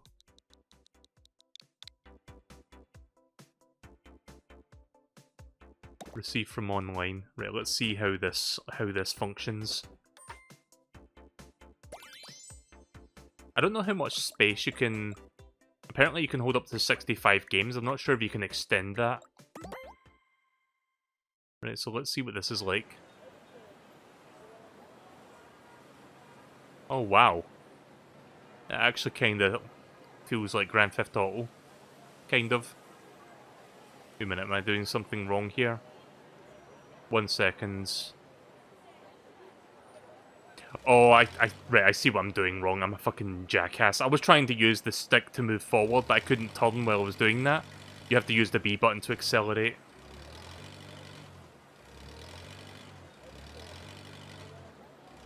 This is kind of cool. Like, the fact that you can turn the camera, like, into bird's eye perspective and do it that way. Oh, oh, oh. Yeah. I'm stuck.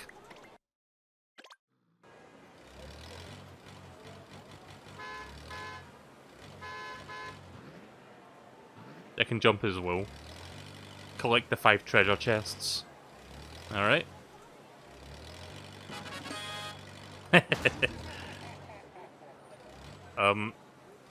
Did anyone catch the button for reversing? Because I don't know how to reverse.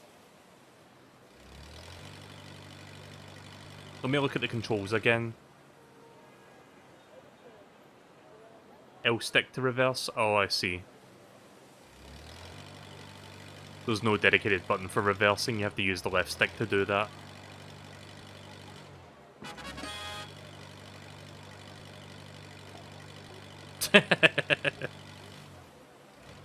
Yeah, this is kind of cool. I like this.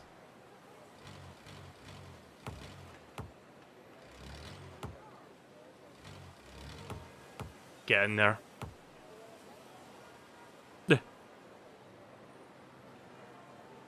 Hang on, I got this. It's a little bit awkward, like, controlling. No! Fuck!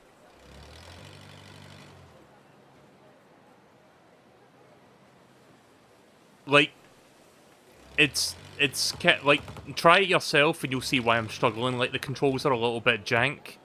And I don't really blame the person that made this. It's just, like, when you try to reverse, you can't really turn left and right at the same time, so it doesn't feel that natural. And I'm trying my best to, like, position myself, but reversing and steering is, like, not possible. Like, reversing and steering at the same time, I should say.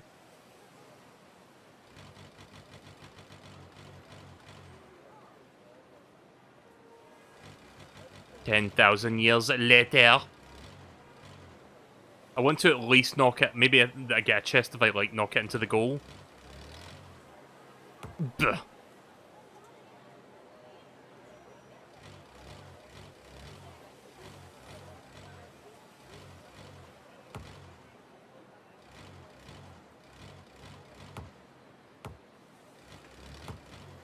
There we go.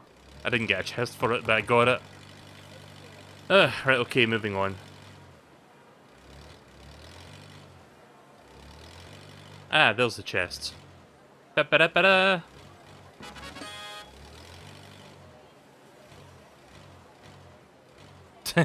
Just somebody trying to enjoy their picnic. Is that 5? That's 4. I'm missing 1.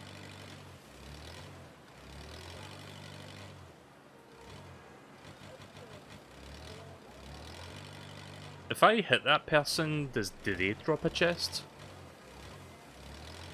Nope, can't hit them. What about if I knock this person over? I love physics.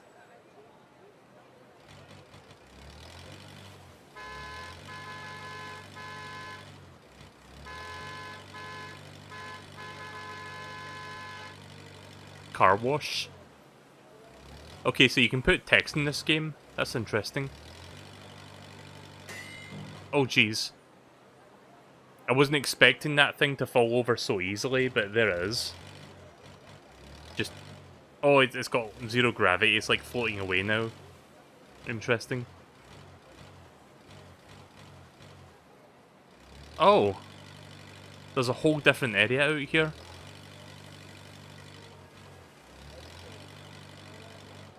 This is pretty cool. I like this. How much was this again? I think it's £28, just under 30 quid. I'm not sure what the American price is. I think it's like $40. Hello, thank you for playing.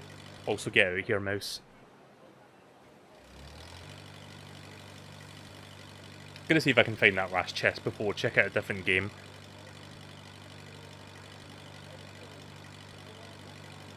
What's that?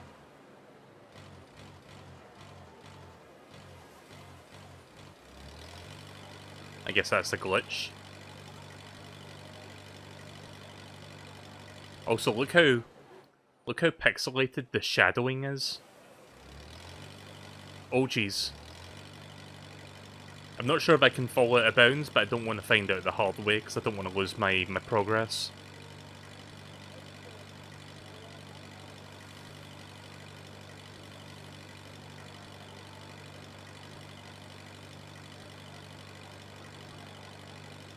I think all the chests are inside. Oh, fuck.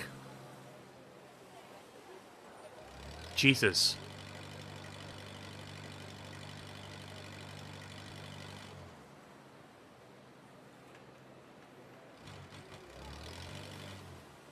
Wait. Why can't I go back in there?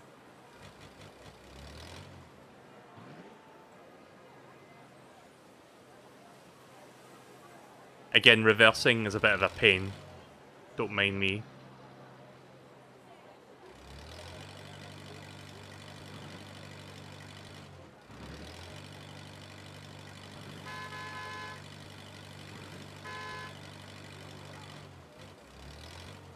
What's that say? Warehouse? I don't think there's a way to get out of the car if anyone's wondering. Oh hey, I scored a goal without even fucking trying. Maybe that duck has it? Oh. Let me see if I can knock that duck out of there. Maybe the chest is underneath.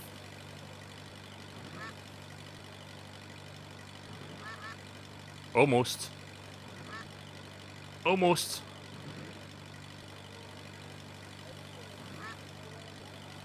I don't see anything under it. Fuck. Damn it. Damn it, I can't do it.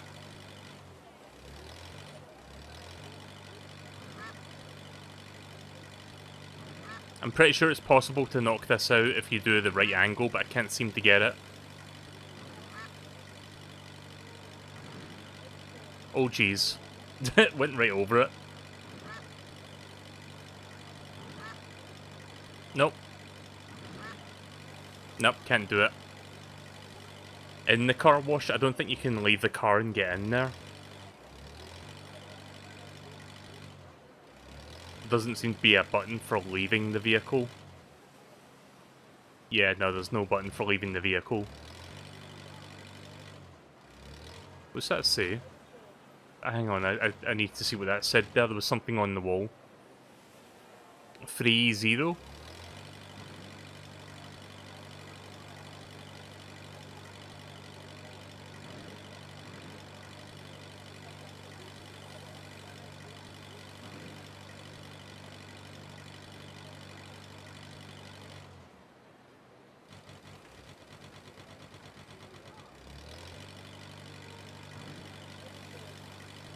I'm spending entirely more time on this than I really should be. But it is cool to see, like, this sort of thing, like, being created. Like, someone made this today. Or within, like, the first 24 hours of the game having come out. Which I guess, technically speaking, that would be today. Oh, wait, you mean... Right, okay. Sorry, I didn't realise there was, like, a bit in here. No, you're right, there was something there. See, I'm a fucking dumbass, like... Thanks, game, for automatically ending so I couldn't, like, explain myself. Sorry, my brain's a bit frazzled today. Like, I you said car wash, and for some reason I thought you meant this building. I didn't realize there was like a little bit in there that you could go in. Like I thought this was like a solid building, but no, there was something there. Anyway, here's what the here's what the whole thing looks like. How do I? Wait a minute. Can I? Wait a minute. Okay, that's weird. I can't seem to. This is as far as it. Words. This is as far out as I can zoom, by the way. Also, it's not so much a problem with words, it's like I'm trying to enunciate and I can't fucking enunciate to save my life. But yeah, this is as far as I can zoom out in general. Like, I can't zoom out anymore. I can zoom way in, though. But yeah, look at all this shit. There's like a million things here. Jesus Christ. This is what it looks like from the side. Right, okay then. What was I gonna do there? I was gonna leave. No.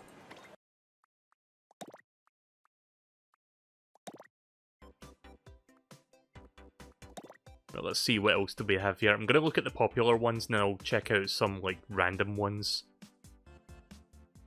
Oh god. I see one here and it's under the popular list. I'm gonna check it real quick. Get ready.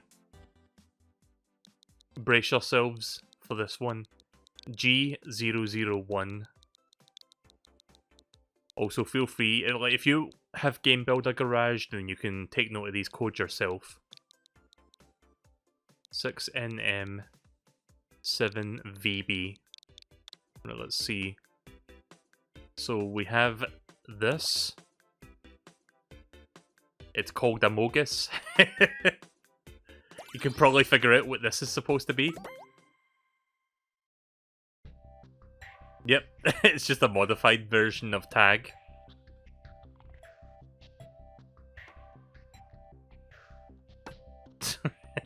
So it is possible to make game player sprites that you can have direct control over. I haven't figured that out. In fact, you know what? I'm going to see how they did that. Wait a minute. How do I... Let me bring my mouse back up. Oh! Now I see.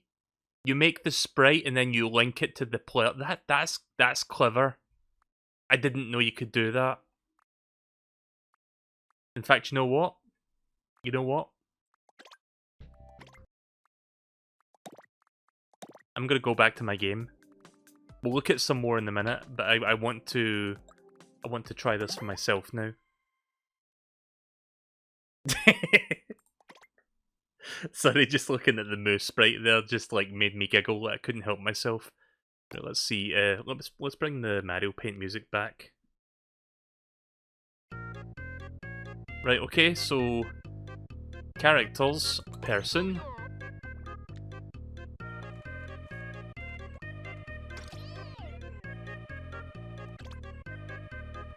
Oh my god. Whoops. I think I made a mistake, but we're kind of going in the right track.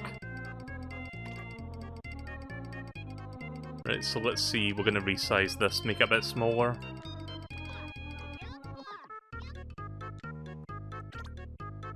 Yeah, maybe a little bit too small there.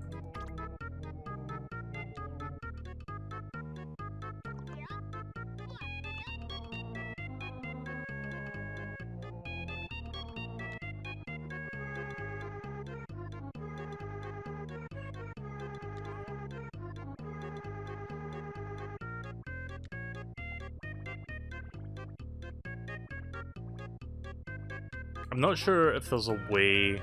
Let's see. Oh, I see. Can I... Like, I know these are all, like, linked to each other, like it's a aspect ratio or whatever it is, like they're locked in... Fuck, I can't think of the words right now. Like, is there a way to unlock this specific point so I can set, like, a specific size? Because that's what I want to do right now. If anybody knows how to do that, please let me know.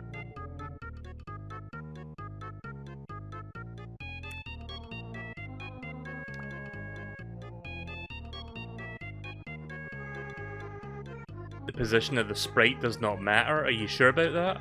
Because it seems like it does.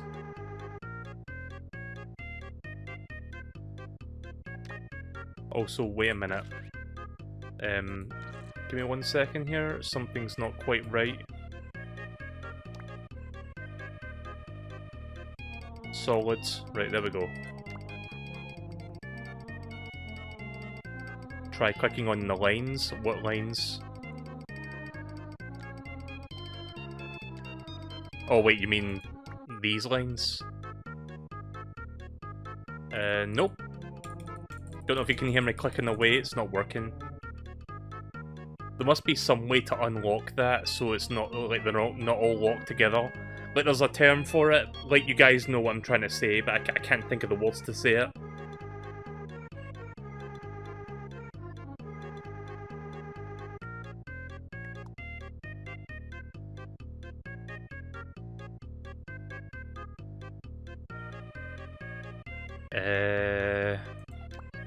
I mean, that's another thing for me to figure out later, but for now...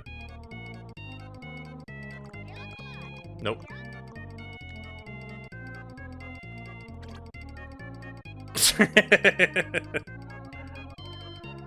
That's not quite what I wanted, but okay.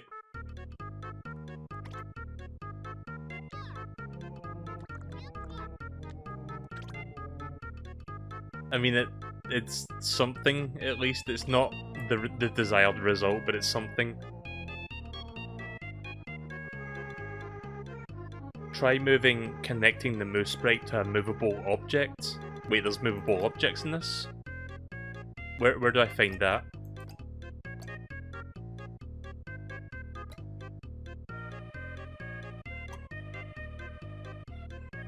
Is this something you can control?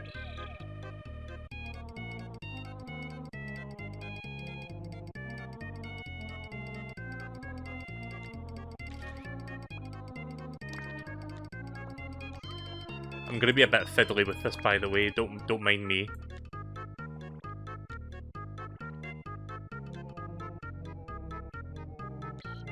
Right, so these two are exactly the right size for each other. Ah! There we go. Delete this, please. So yeah, these two are exactly the right size. I just need to figure out how to... Like, we do that. Now, can I make this programmable, is the question.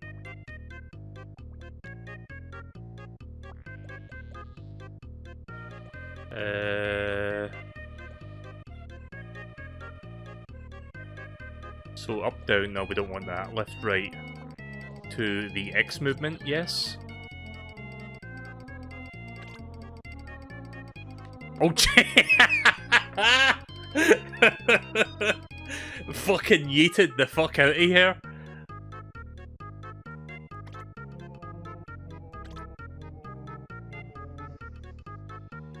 I mean, it works.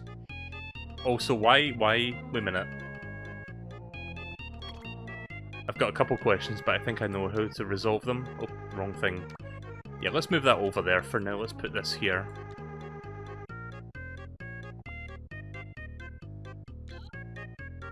In fact, you know what? Hang on.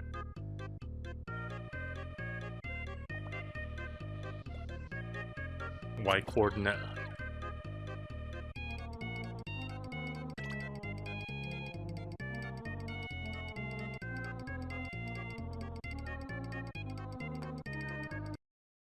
Wait for it. Wait for it. Wait for it, as I say as I'm stalling for time for a stupid joke. Wait for it.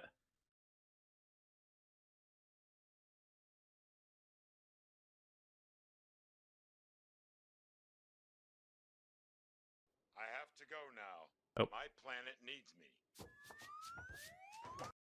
Sorry if that was way too quiet. Joke ruined. I have to go now. My planet needs me. There we go.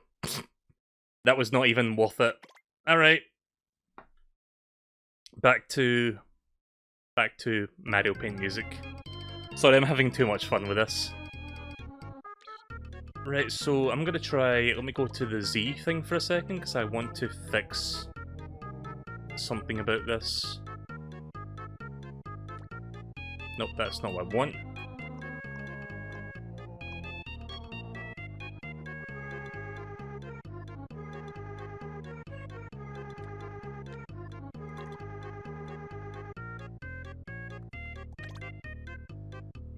I mean, it's a little bit better. Oh, Jesus. Oh, fuck. Moo, are you okay?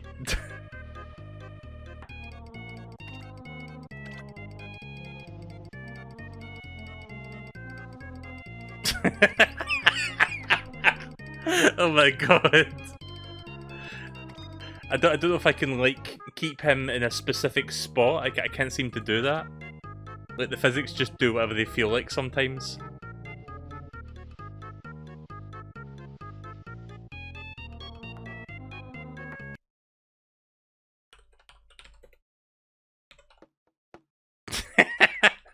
Hang on a second.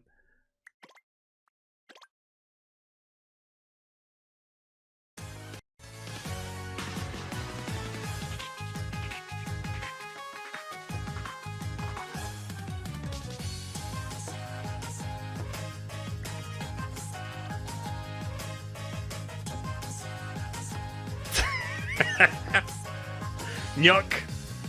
It really is Nyuk Simulator 2021.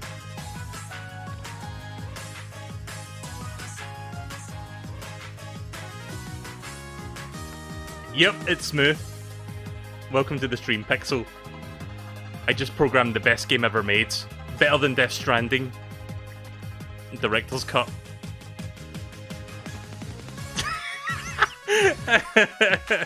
I'm having too much fun with this.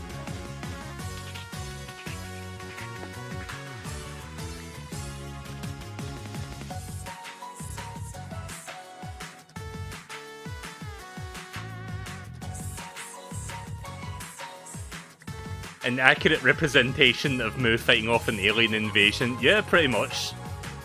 Oh, where did he go? I think he fell off the screen. Gonna turn that down a tiny bit. There we go. Like, I only have the control to move him left, right, up and down, but sometimes he, like, kind of moves into the backgrounds. Oh. Oh, there he is. Oh, Moo's turned into a UFO as well, it seems like.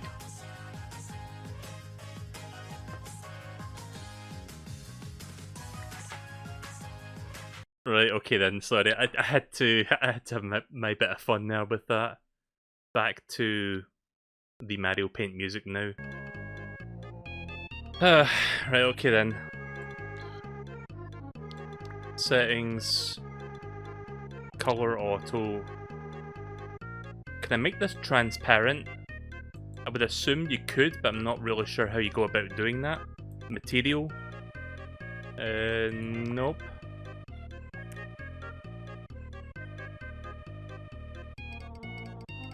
I'm sure there's some way to do this, I haven't quite figured that out yet, so bear with me. I'm sure one of the later tutorials can, like, fill me on this, so it's just going to be a bit of a crapshoot while I work this out. What if I do bouncy? What's that going to do for the gameplay? Oh god.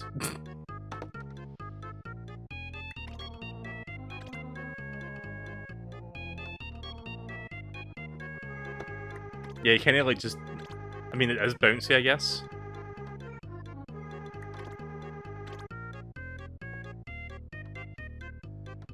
I wonder if there's like a way to lock him into like the Y coordinate or the X coordinate or whatever coordinate. Like, how do I explain this into words? Like, this is the X coordinate, I think, like moving back and forth. This is the Y coordinate. How do I stop him from like going into the Z coordinate, like behind me and in front of me? Because he keeps like falling backwards and forwards. That's not what I want.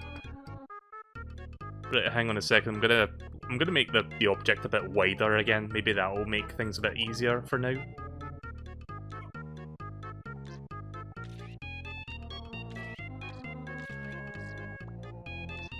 Hang on. There it is.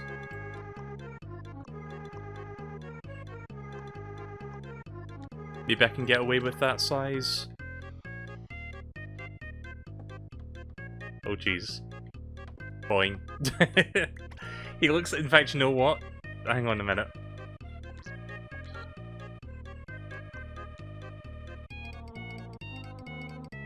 You can download other people's games, you just need the ID code for it, yeah. Boing. Again, I'm having too much fun with this. Oh no, Moo's dead. The aliens won. Oh. In fact, you know what he looks like? He looks like a dice block now. Oh, Jesus. I get easily amused if you can't tell.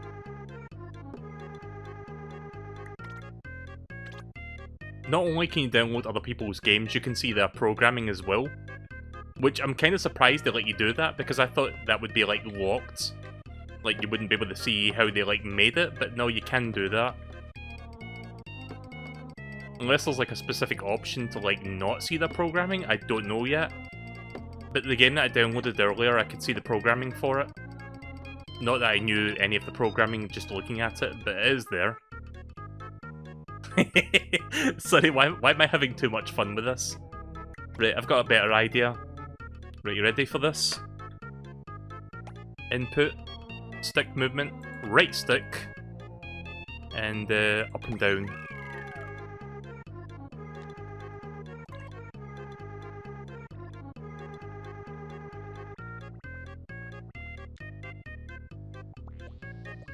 Z-axis. Right, check this out. Whee!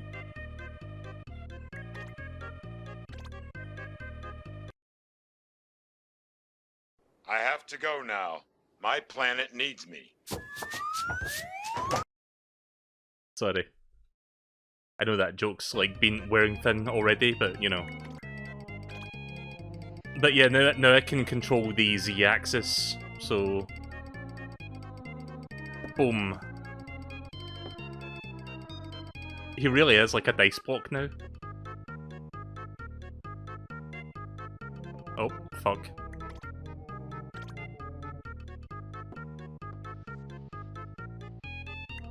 I've got an idea. Right, so check this out. Or at least I say check this out, but I'm going to be very slow at putting it together, but I've got an idea nonetheless. Right, so we're going to take this box. I'm going to move it down slightly, or hang on a minute. Right, we'll do that. Move it down slightly, just so it's easier to grab. We're going to copy. Alright. Now this box I'll put here. I'm going to change the perspective.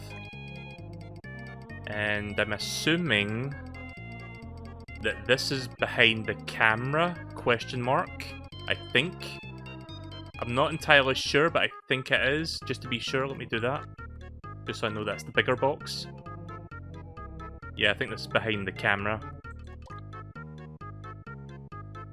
I'm trying to, like, mentally figure this out in my head. Give me 1 second.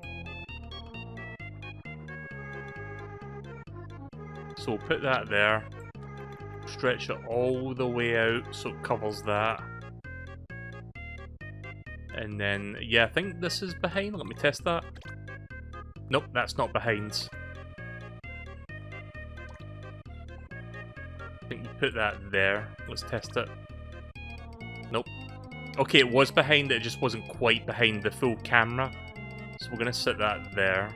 Is that better? God damn it. I'm not sure if this is working. I'm trying to put a wall in the front. You know what? I've got a better idea. Like, I think like, it will always be in front of the camera, but I've got a better idea. What if I do this? Not visible. There we go. So now, no matter how hard I try... Oh, well...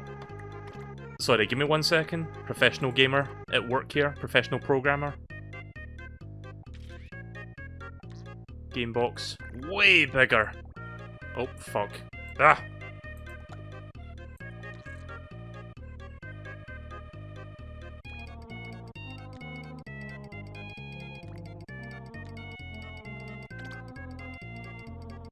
Right, so no matter how hard I try, it will not leave the front of the camera. because now that solid wall there will be there to stop it. Also, the controls are very confusing. Like, I've programmed this in a very confusing way.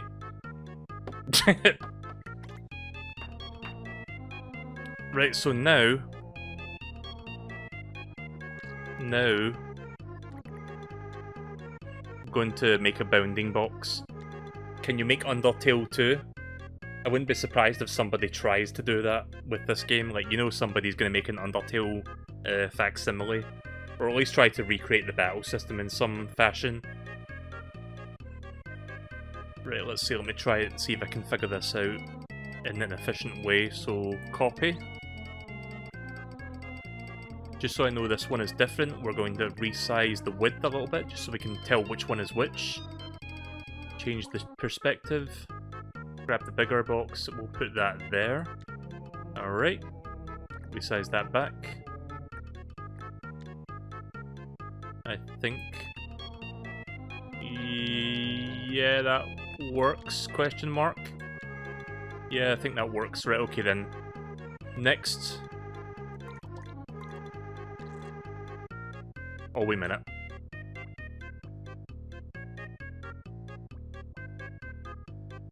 One sec.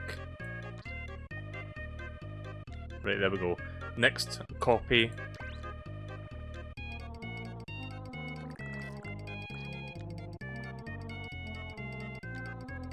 Change the camera. There we go, and then copy. Hey, look at me, I'm actually doing something for once. Put that there, and then lastly, copy this. And we're almost done here. Oh, we're almost done. Bear with me. Master programmer at work here. I'm having too much fun with this. This is like really fucking cool. Hang on a second. Trying to figure out where that is. Can't quite see it. Does anyone know where that went? Is this it? No, that's not it.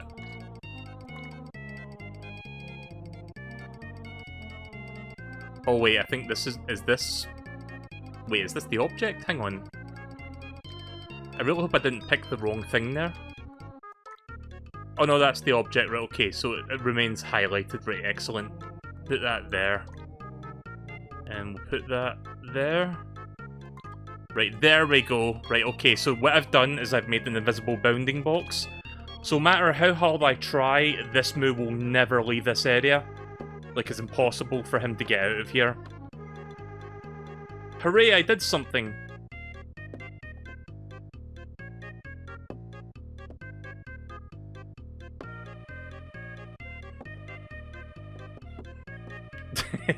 He's just stuck in here for all existence. I guess Moo's just having to lie down.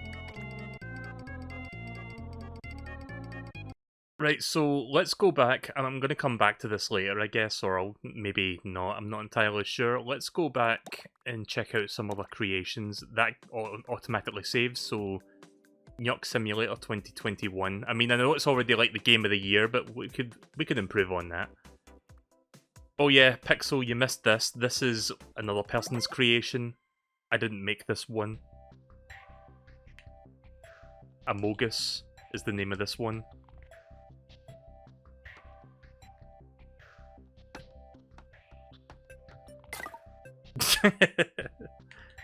Yeah, a little bit too sussy there.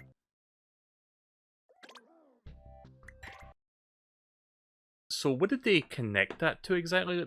They connected it to the player model, apparently. Wait a minute. Hang on. That's called a person? Wait, what? Settings, person? Wait, what's person?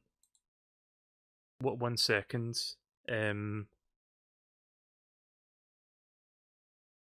Oh, I can't edit it. Right. You can only view the programming, but still. See, I wanted to see what the person thing was, like how to find that, but I can look into that later. Like, I thought... Never mind. I'll eventually figure this out. But yeah, let's leave. Nope. Let's leave. Right, we're going to look at some other creations now. Let me bring that website back up again.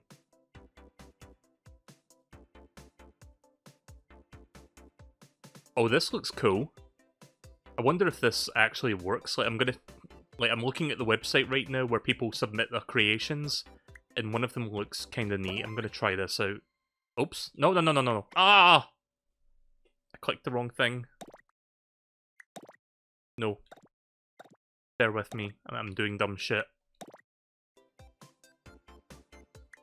Right, receive online. Right, here we go.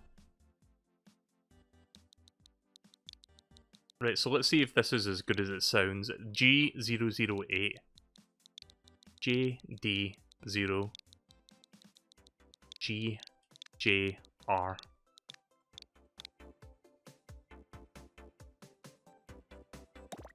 Alright, let's see if this works.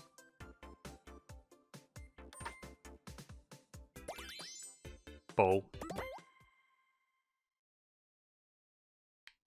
Oh my god, it actually works. That's so fucking cool, I love that!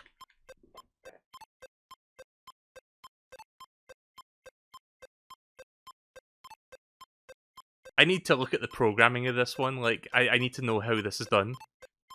So yeah, for those that don't know, this is like an old Game & Watch game that Nintendo made way back in like what was it, the early 80s or something. They've made reference to this in like a number of games, but I didn't think somebody would recreate, you know, Ball in like Game Builder Garage. That's fucking cool. I like that. Easily one of the best things I've seen tonight. It's even got like a timer and everything, like not a timer but a counter for like your score and stuff. Oh god, it even goes faster. What? Oh, you can use the D-pad as well as the analog stick. This has got everything. Like, listen to me get excited over like a fucking ancient dinosaur game, but just the fact that someone programmed this, that's testament to like the amount of stuff you can do in this. Crush. I like that. So good. Hey, look, you can still make it. You can make him dance.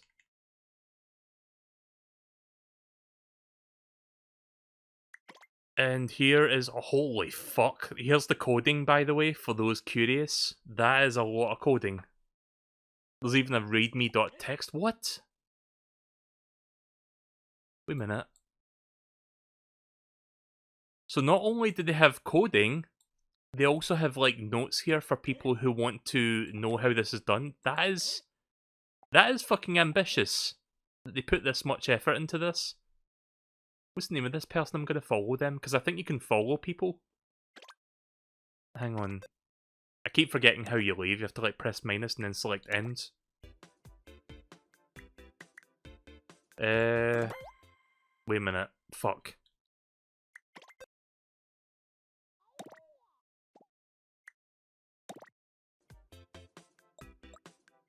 Options. Right, here we go. So the programmer's called Nathan. Their programming ID is that. I'm going to favourite this game. Go to the programmer shared games. Yes, please.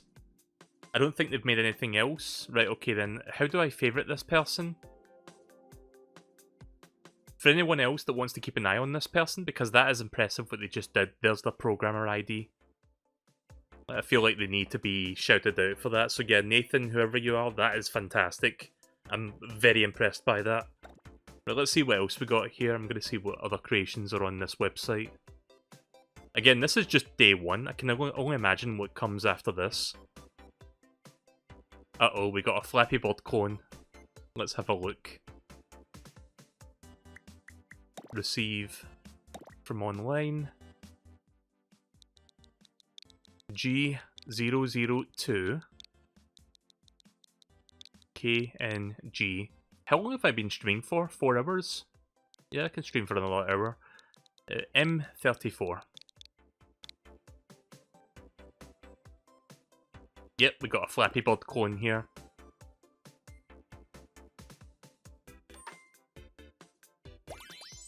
You remember, like, several years ago, like, Flappy Bird was this kind of, like, commodity when it was pulled from, like, the Android and iOS store, and people were, like, selling their iPhones and Android phones that had, like, Flappy Bird on it for, like, a shit ton of money. Well, yeah, check it out. Now I've got Flappy Bird on the Switch. Does that mean I can sell this for a lot of money?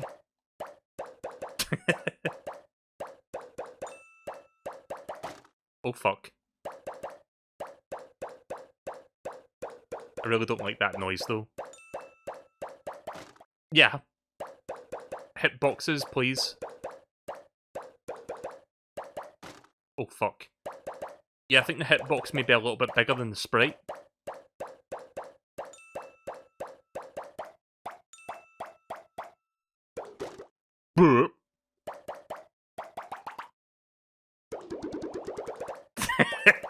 Right, I see what's going on with the sound effect. The sound effect changes pitch depending on the position. Depending on the Y position. Fuck. See, here's the thing. I used to play Flappy Bird and I used to get, like, really good at it. But yeah, this doesn't exactly control the same way. It's a little bit... Like, this Flappy Bird is a lot heavier than the one from the original Flappy Bird game.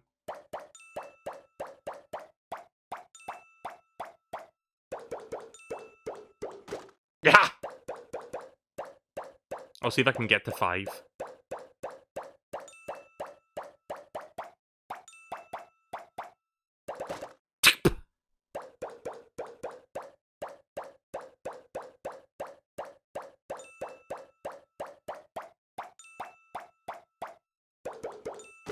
Bah.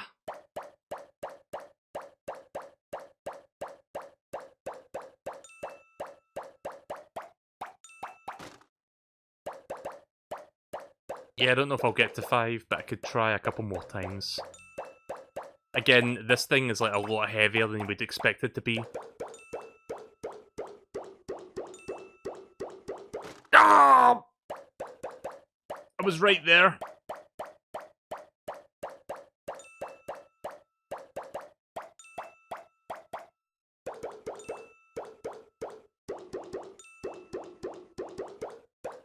There we go.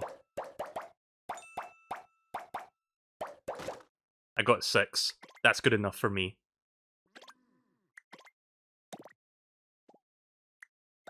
There's the "You're awesome, thanks for playing" Tanfer. But yeah, there's the programming. Wow, they actually programmed this whole thing. Like, I wasn't sure if it was like a procedurally generated set of pipes, but no, I think it's like preset. But it still feels like Flappy Bird.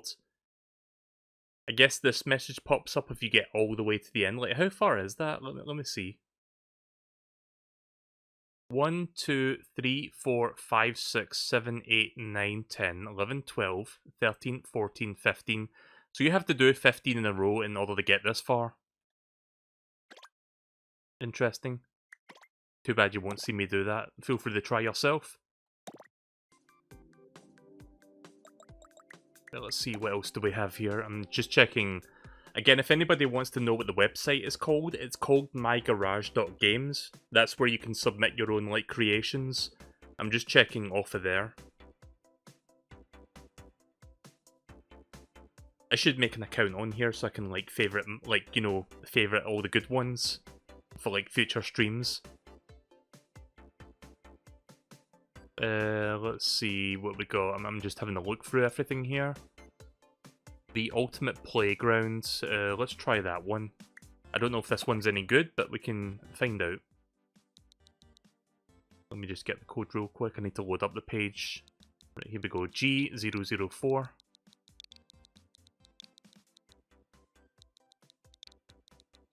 P5D 9TJ. Right, let's see.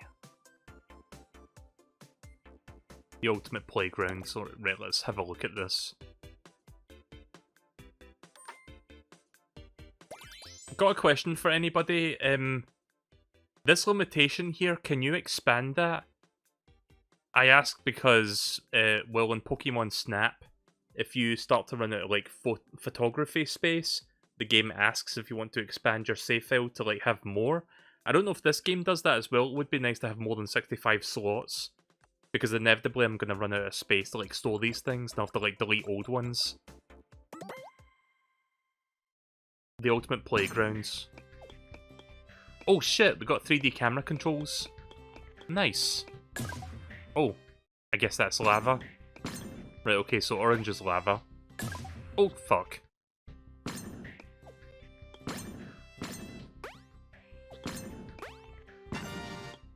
So in a sense, this almost kind of is like Dreams. It's like a Nintendo take on Dreams. Not quite as ambitious, like side by side compared to Dreams, but it's still kind of cool.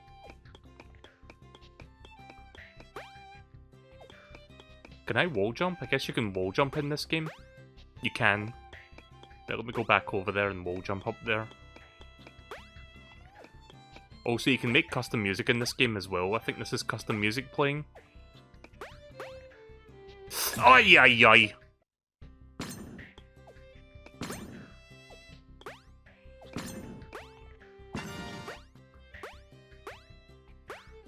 Oh, jeez.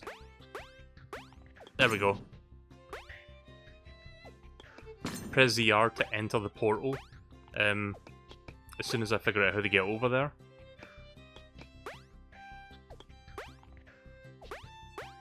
Oh, Jesus. Ay, ay, ay.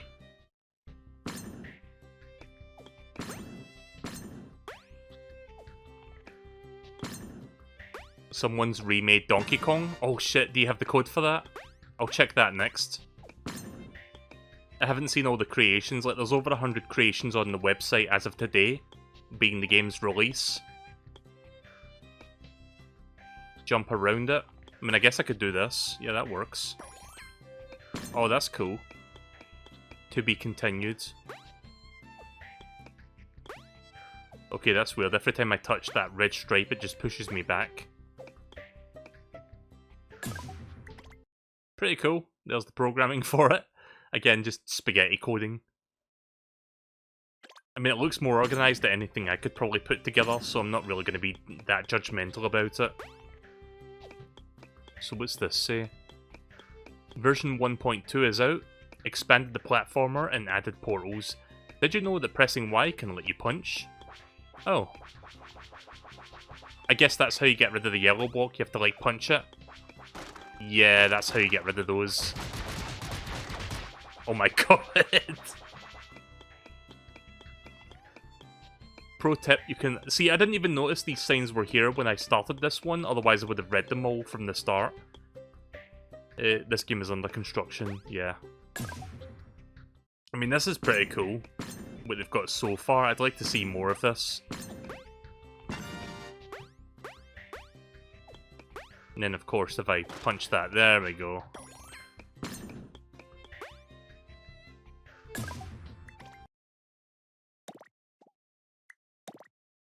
Alright, did you put the code in? Please give me the code for the Donkey Kong one, because I want to try that one out and see it.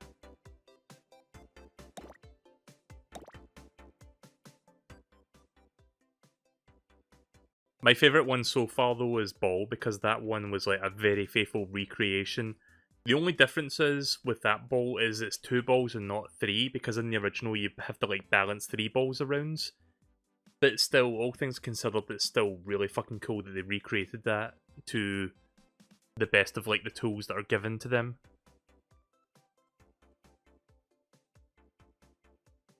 Gonna see if I can find it myself. Donkey Kong. Yep, Donkey Kong is here. Right, here we go. G002. I haven't looked at the full website's worth of content yet. I've only like had a little peek at what's available under the popular tab. Donkey Kong. Right, let's see about this.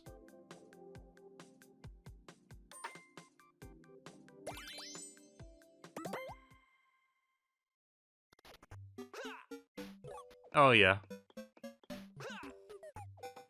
I mean, it's Donkey Kong. It looks a little bit more basic than, you know, like actual Donkey Kong, but it is like... Oh, you've got like human American voice actor voices. Oh, Judge. Is that Sonic's voice? It kind of sounds like Sonic.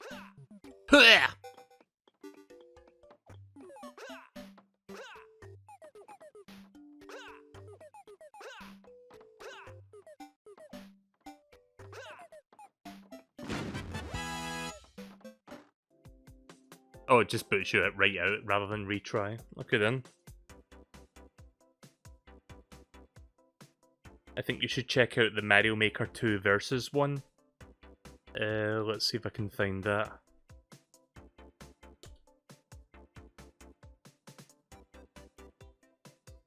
The Mario Maker 2 Versus experience. Oh god. I think we've got some social commentary coming our way, folks. Let's see, G000 L4J. Yeah, L4J, just double checking that was right. JV1.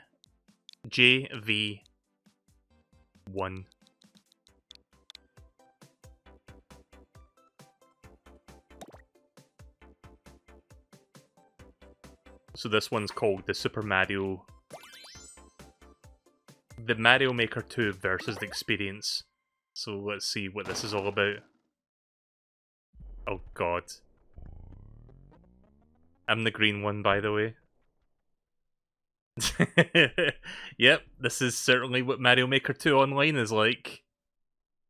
I didn't know you could, like, change the game speed.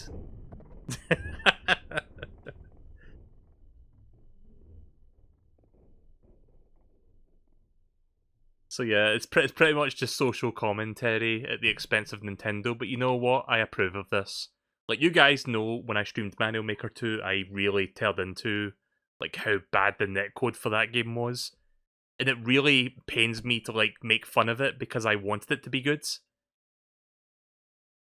I don't know if there's a way to, like, sometimes the speed goes up and down. It feels like it's not a consistent slow speed.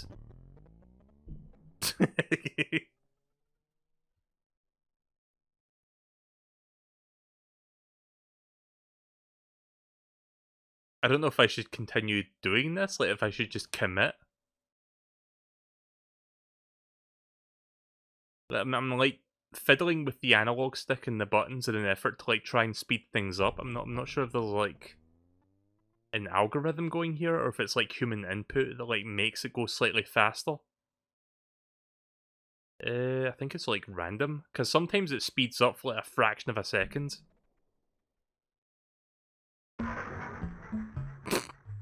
Okay then.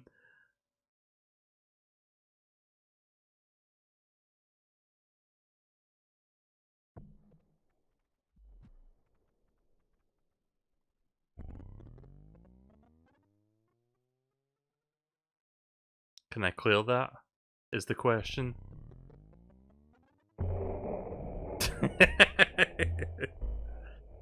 I mean, I might as well commit to it now. We're most of the way there.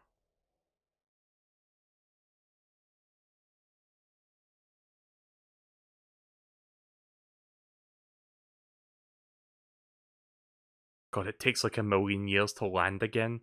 Like, sometimes when you're running, you move a little bit faster, I think, but when you're in the air, it's just like you're stuck in the air for like 10 years.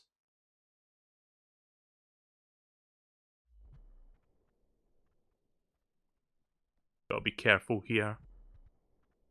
I want to jump, but I don't want to be too close to it. I'm gonna try jumping from there. Hopefully that's enough to clear that.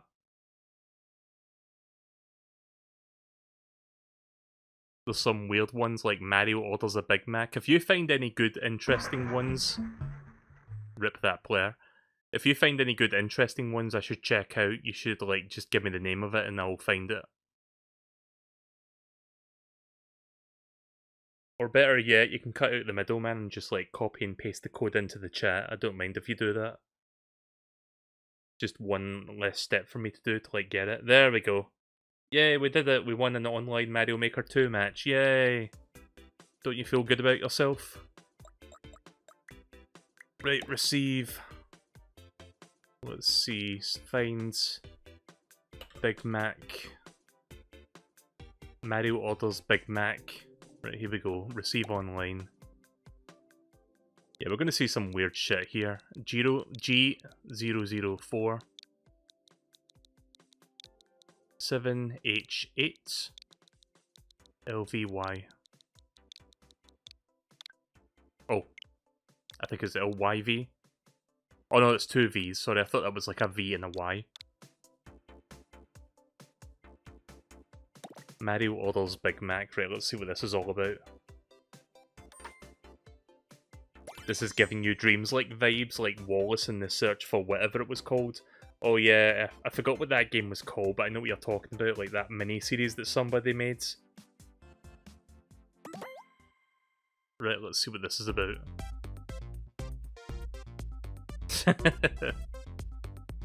Isn't... I think this is based off of a shitpost game, like I think I've seen something like this.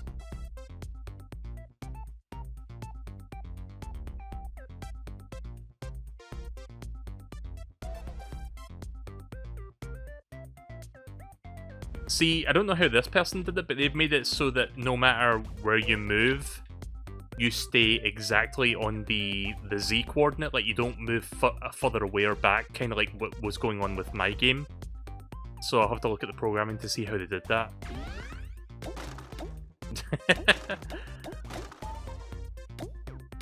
Oh! Mario is dead.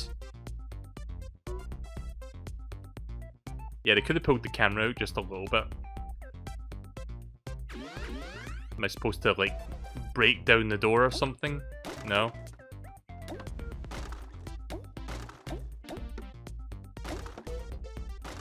They look like basketballs. Oh.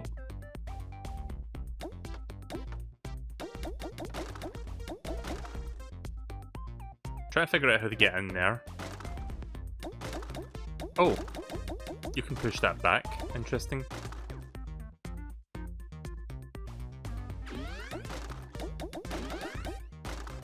Wait, what's that noise?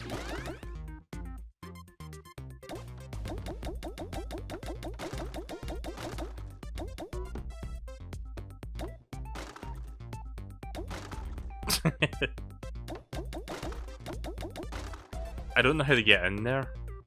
Am I supposed to backtrack?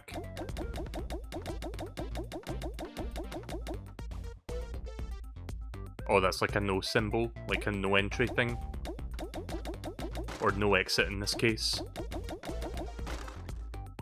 Oh, that's weird. The thing there made me push my axes over. I can't jump up there now. But yeah, I should look at some of the coding that people have like done with their games so I can like pick up on some of the, I guess we'll say, techniques, so I know how to like do stuff.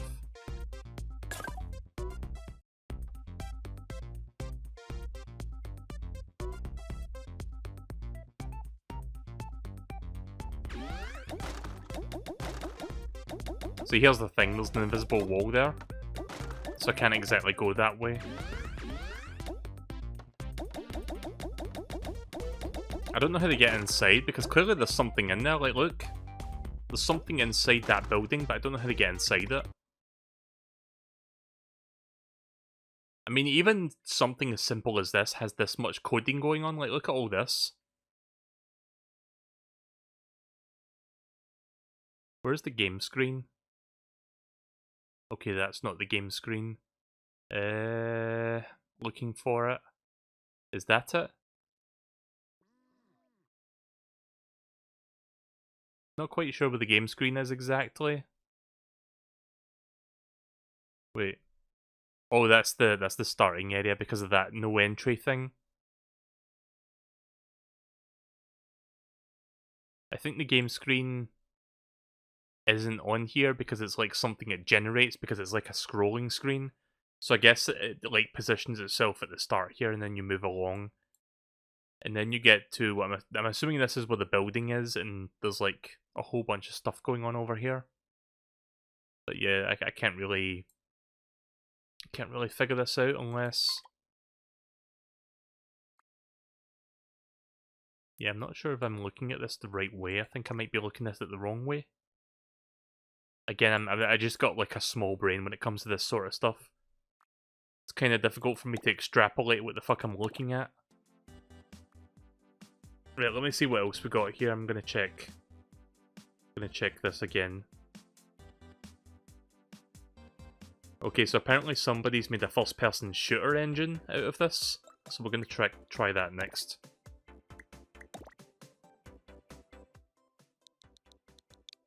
I'll try to find some time this next week to like make something of my own so I can share with you guys, but for now, like that Moo Simulator thing that you saw, that's the most you're gonna get from me tonight. L7H.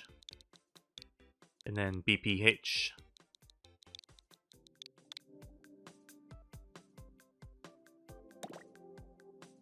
GBG FPS.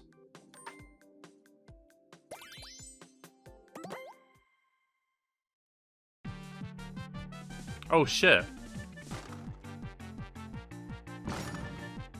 That's pretty cool actually. It's like I'm shooting Nerf darts. Oh. Okay, bye. Also, look at that frame rate. It's so smooth.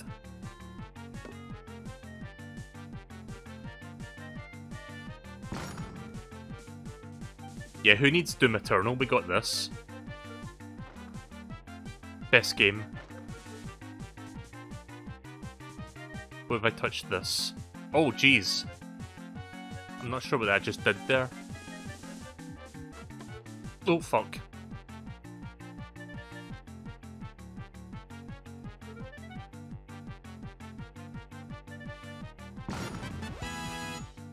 I think I got them all. Yep, I got them all. I mean, that's kind of cool.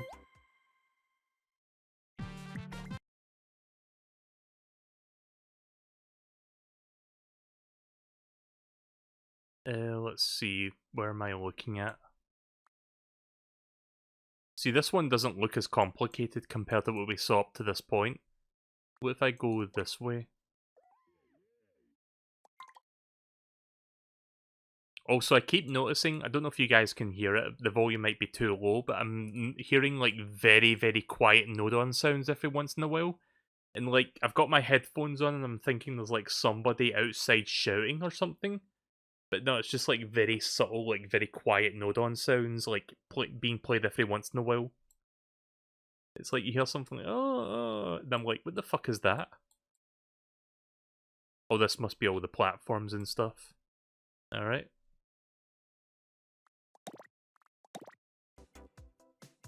Let's see what else we got here.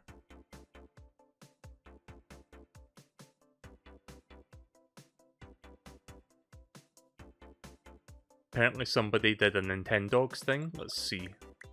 Receive.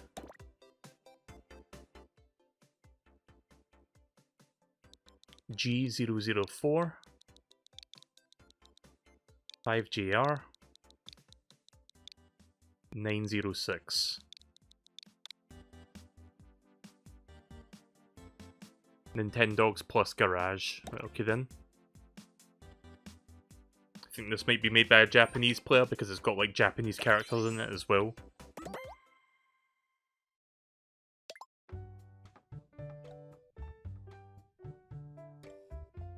Oh shit, that's cool. Oh, the controls are inverted. Oh, what the fuck? Why does pressing right make me move left and the left make me move right? What the hell? Ugh. Oh, what the fuck? Ugh.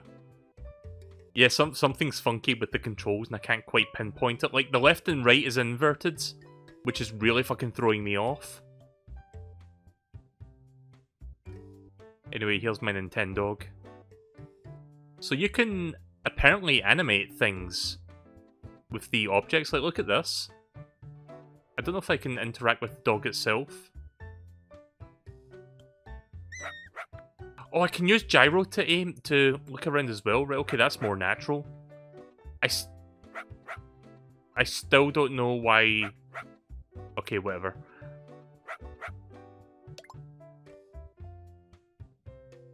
One sec.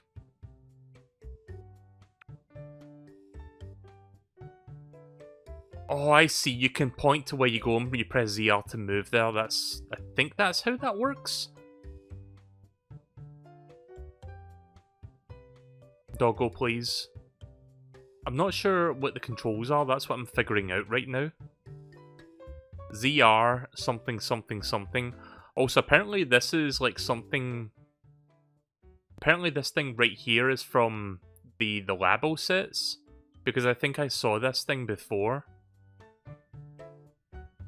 R button.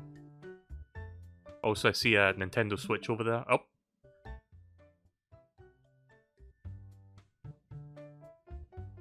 Oh. First of all, I'm not using a Joy-Con, I'm using a Pro Controller, but okay. It is from Labo. Yeah, that's what I thought. Right, so I need to look at what the controls are, because it doesn't really... Like, yeah, it tells you the controls, but in Japanese, I need to, like, extrapolate the programming. Hang on a minute.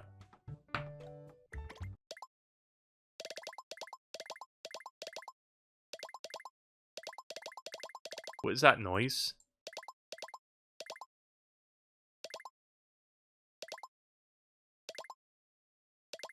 Here we go, here's the controls.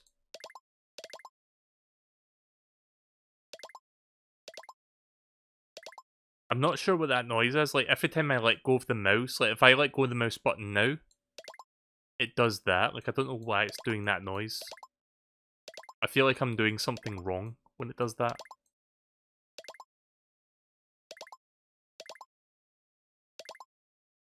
Right, so... Seems to have, like, very advanced controls. Wait a minute, that's not... Okay, left, right, map. I'm not really sure what that is, but okay. And then count up. I think I mean, I probably don't understand what's going on here, but I think I have a very mild idea what they're doing. Like, rather than the left and right stick changing, like, the movement of something, what's happening instead is left and right like, adjusts a certain value. We'll just say, like, value Y, and it goes up and down, and then depending on that number, it changes your perspective. Like, it will turn you left or right accordingly. It's kind of hard to explain, but I think I have, like, a very light grasp on that, but I can't quite fully explain myself. I'm not a programming expert by any means, but I do know, like, certain things about, like, doing, like, more advanced techniques, because I have used, like I said, I've used Click Team Fusion and, like, tried stuff like that. Really don't know what that noise is. That's really annoying me, that, but whatever. Right, so let's see, sorry, I'm looking for the buttons so I know which buttons to press and when.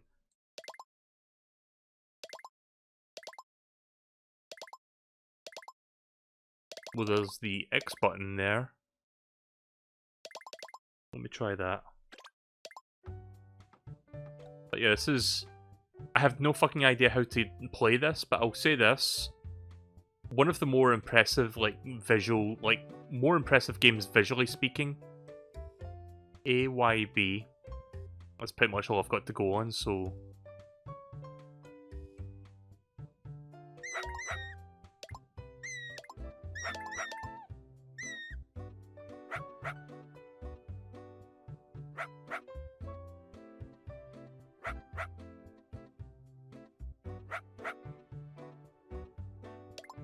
Oh, jeez.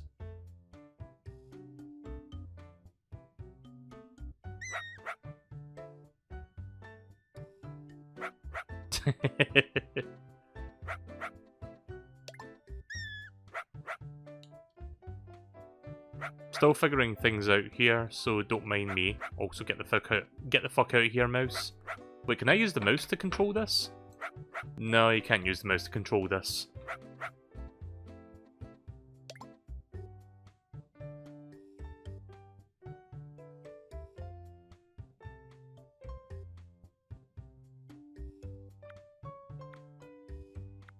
Wait a minute. I saw that there, but I can't fucking... Oh! If the dog would calm the fuck down and stand for a second. Like I'm trying to point to it. Fuck. Right, so there's the pointer. Right, there we go. Which button do I press now?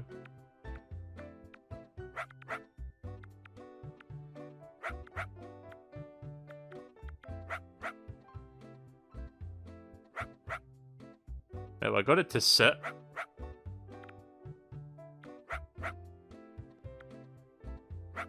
Interesting.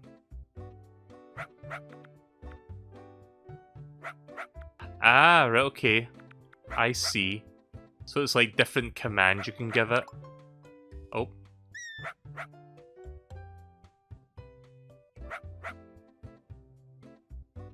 It's a little hard to see that viewing line though. But yeah, this button makes it sit up. This button makes it lie down. Yep. And then this button just cancels it, I think. Pretty cool. I didn't quite fully grasp the controls, but I got most of what was there. Let's see, what else do we have? I'm going to be ending the stream soon-ish, but we can check this out for like another, I don't know, 10-15 minutes. See if I can find any more good ones. Okay, here's one.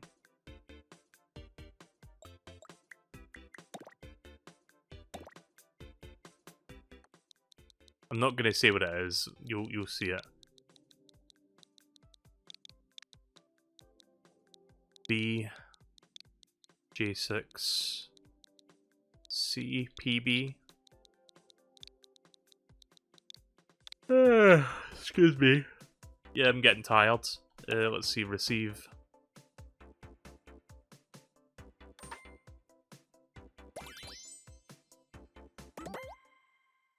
Fish watching simulator. Hold A to toggle music.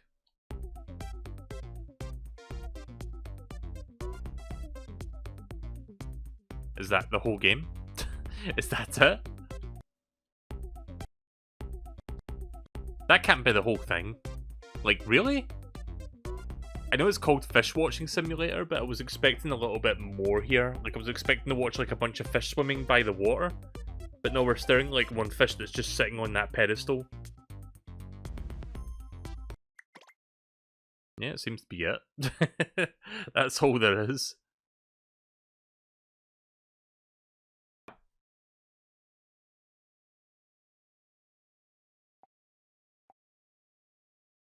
Okay then, that was a little bit underwhelming, even by, I mean it delivered exactly what it promised, but even so. Let's see what else we have here. Someone else has made one called Amogus. I'm going to check this out of curiosity.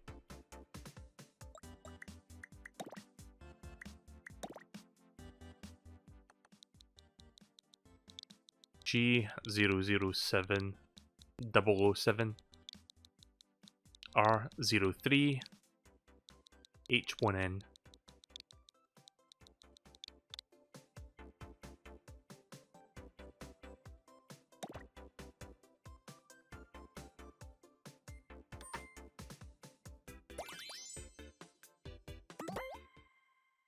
It's just funny seeing that title. Amogus. Oh. Okay then. Yeah. That's pretty much it. That's all there is to that one.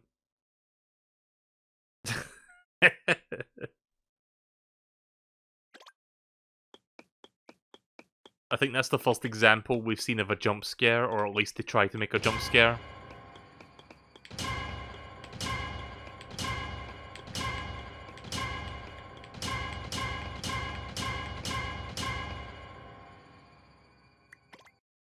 Amogus. Let's see, can we find any good stuff? I'm kind of curious. Do we have anything for Undertale? Nope, no games for Undertale yet. I say yet because you know one's going to be made eventually. Okay, one of the newest ones got added and there's like a Mario in here, so I'm going to check this. 196 games currently exist on this website. There's going to be more over the coming weeks. Again, this is just day 1. Right, let's see. G005 LH3 3H5. Right, so this one is called Mario Stroll.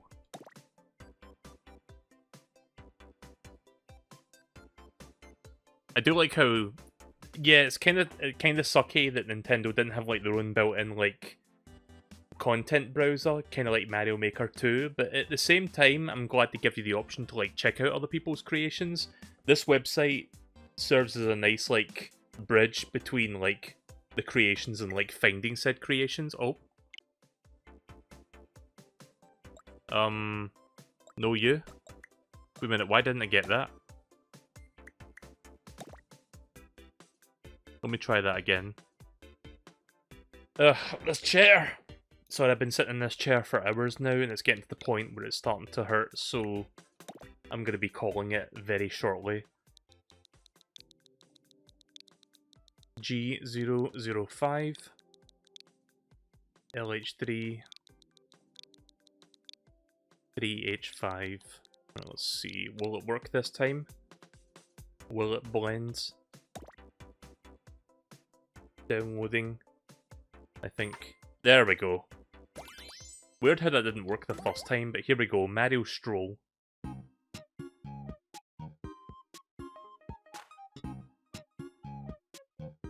Nice of the day for the princess to invite us over for a picnic, eh, Luigi?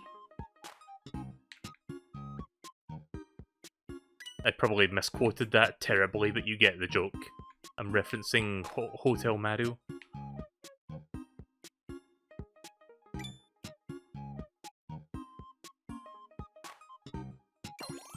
Oh, you can wall jump? Kind of. Well, I said you could wall jump, but it's kind of jank as fuck.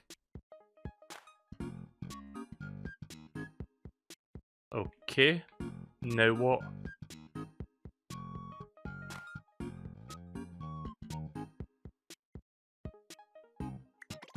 I think I broke that. Let me try it again.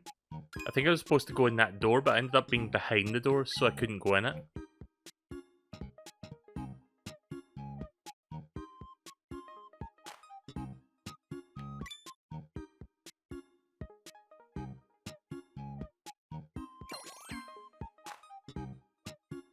Do you have to press a button?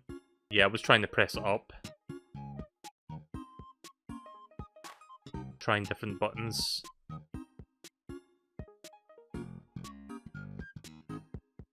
Trying all the buttons. Nope.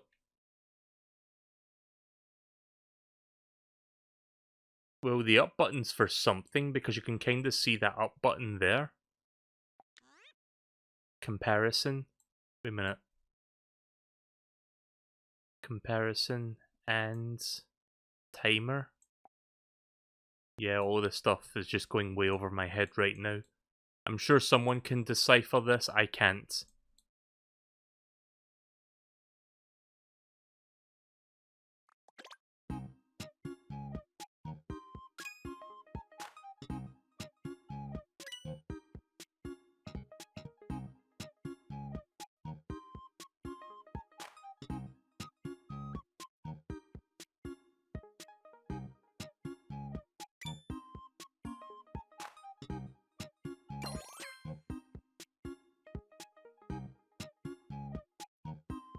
Okay, there we go.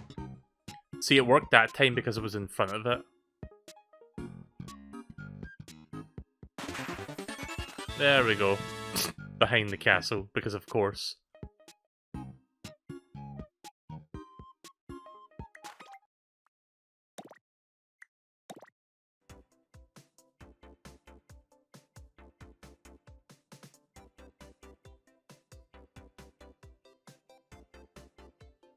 Another one just got added, so I don't know if this is any good. I'm going to check this because it kind of looks interesting visually.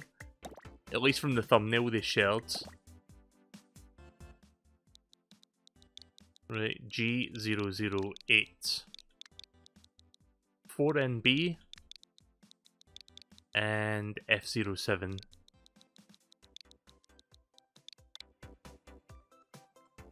Oh yeah, just as a reminder for people, I'm going to mention this in a couple minutes when I wrap up my stream.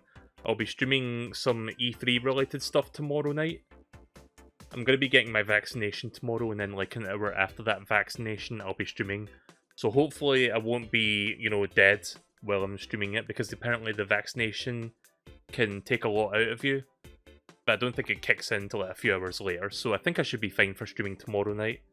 But I'll show you guys the scheduling for all that stuff in a few minutes. Right, so Roly Rolla 3 stages. I don't know what Roly Rolla is, but I'm going to check this out of curiosity.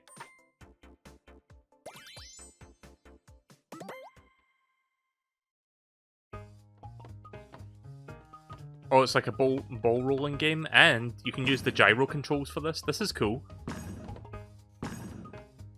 Oh, I guess you're not allowed to touch those.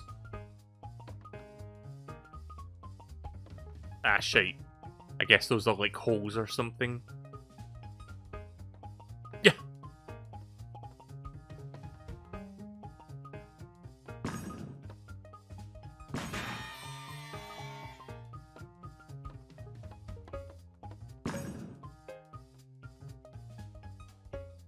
Don't push yourself too hard when you get the shot.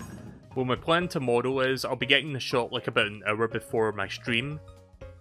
And I've been told that the shot doesn't kick in until like a few hours later, like 5 or 6 hours at most. Or something like that. Like, I forgot how much, but it was more than like 3 hours later that you start to feel the effects of it. So I think while I wait for it to kick in, I can do like a 2-hour stream, because I'm going to be checking out 2 things tomorrow that are like E3 related. So I won't be streaming for like, you know, 5-6 hours like I usually do. It's going to be like a shorter stream than usual. Then I'm going to get some sleep. So this is pretty cool. I like this one. But yeah, I'm going to try not push myself too hard. Also, look at this. I really like that, actually. Fuck. Wrong button. Ah! Keep pressing the wrong thing.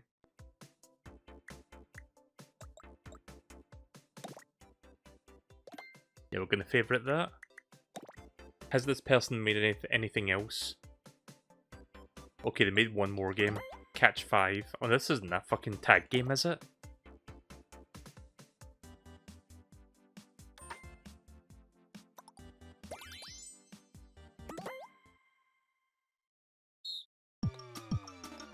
Oh wait, I think... Well, yeah, but also no.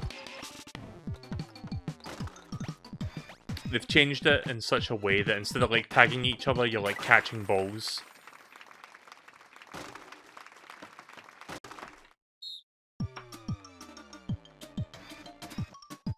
Shit. I was gonna play something there, but I don't have it on hand anymore.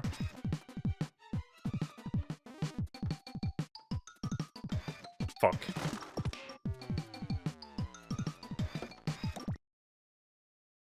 One sec.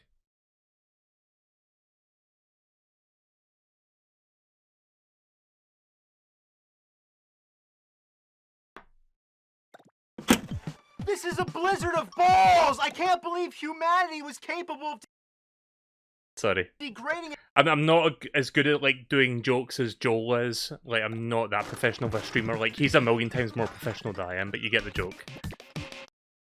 Right, anyway, here's the coding. Enjoy. Also, going back and forth between the controller and the mouse is kind of like weird, because it's like sometimes I try to do stuff with the controller, then I realise I can't do that shit, and I've got to like use the mouse. But yeah, there's the coding. I'm not going to look in that in any detail right now, because I don't have the energy to like properly decipher what's going on there. Website, here it is. Three more. We'll do 3 more games. Oh, that's weird. 2 more games just showing up on the front. Let me look at some of the older stuff. Let me see if I can find anything that sticks out at me. If I can find anything good here. One sec. How do I... Wait a minute. Finds? No. Talk?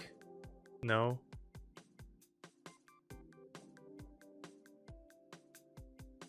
I'm looking for... How do I explain this? Anyone using this website right now, I've got a question for you. Is it possible, like, it shows you the most recent games, but it only shows you, like, the most recent 12 games? Can I see the most recent games beyond the first 12? Because I can't seem to figure out how to do that.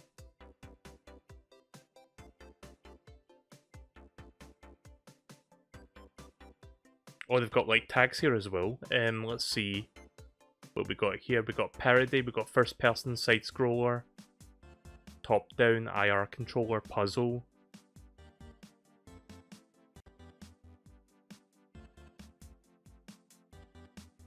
There's a lot of stuff here. Trying to figure out which one this selects. Let's go for 3D. I'm kind of curious what 3D games we got. Okay, right, well, I've got a whole set of like 3D games that I can check out here. Let me see if any of these stick out that I want to check out.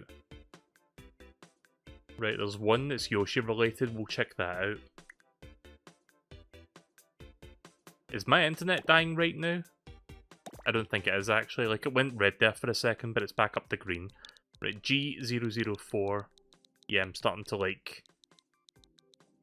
It's not going to be a massive surprise, but I'm not going to stream that other Nintendo conference thing tonight. I'm too tired for it.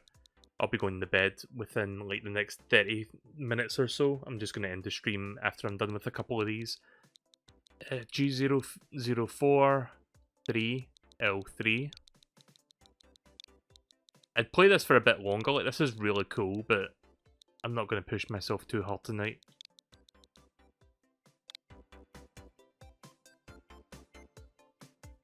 Hungry Yoshi World Demo. I wonder if this is any goods.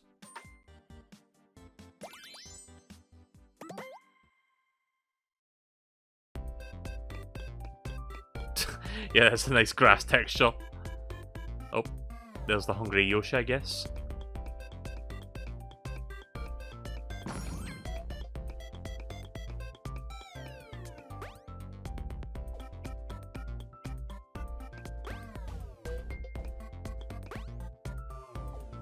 Stand here.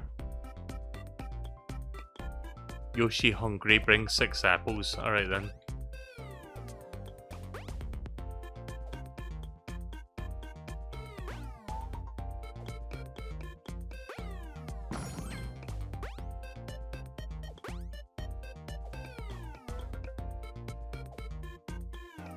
Wall plus jump equals wall jump. Oh.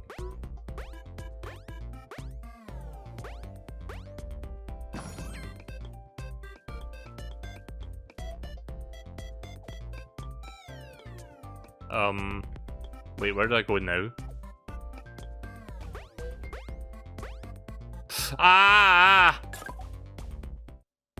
Oh, you've got to be shitting me. Fuck off, mouse. Keep going up. Wait, there was another bit up there?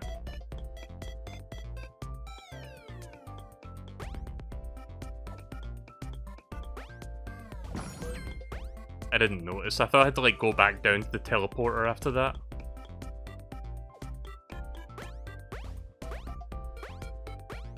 Oh! Aye! Aye! Aye! Good morning, everyone.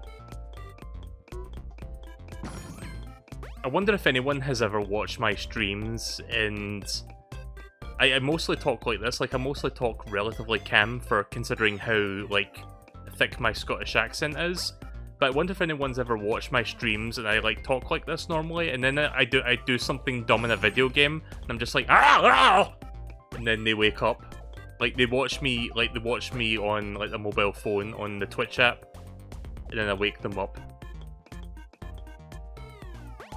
Like inevitably that happens with like, you know, Vinny from Vinesauce. Like he makes a lot of like noises, and he's got like a massive following, so inevitably there'll be people like watching his streams in beds. Oh yeah, right, there is more here. I didn't even see that. But yeah, probably with him, there's like a whole bunch of people that just watch it in bed and like start to fall asleep and then they get woken up by like him screaming. Either that or him going, DMC do! Or spin!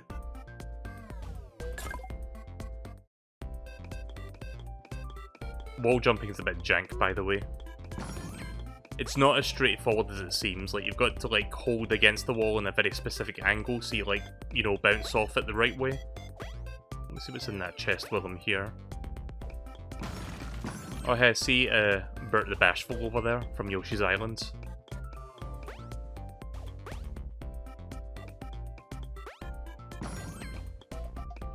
That's why I play video game discussion videos while I sleep.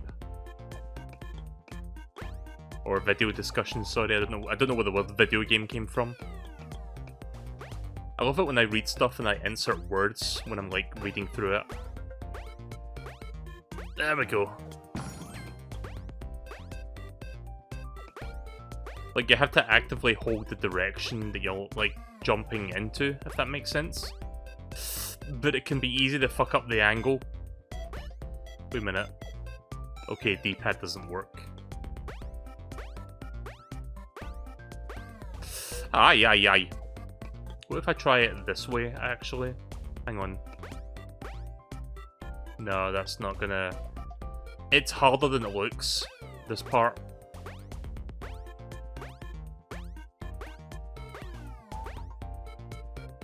Ja.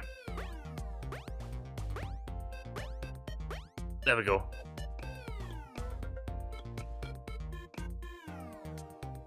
What the fuck? Oh, I see what's going on.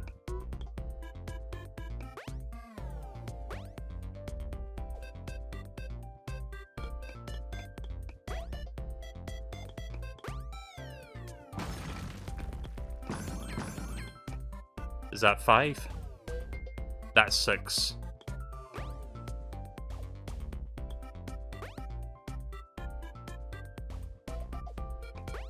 Thank God for no fall damage.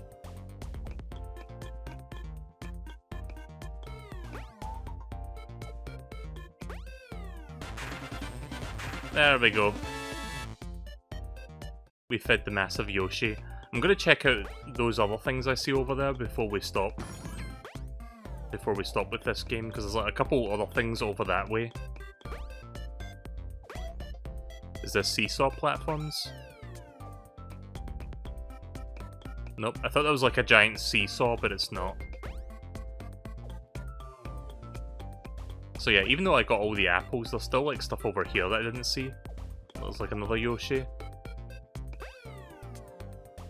So wait, what's this? Oh, I see, this is like the hard mode, find 10 apples. Yeah, that ain't happening.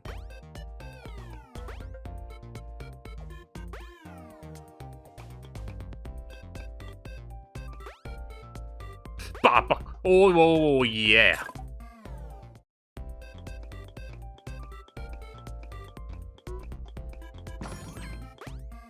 When I play a video game and I make a mistake, I tend to invent my own language, like I just do random dumb noises. What? Well, I somehow managed to cross that.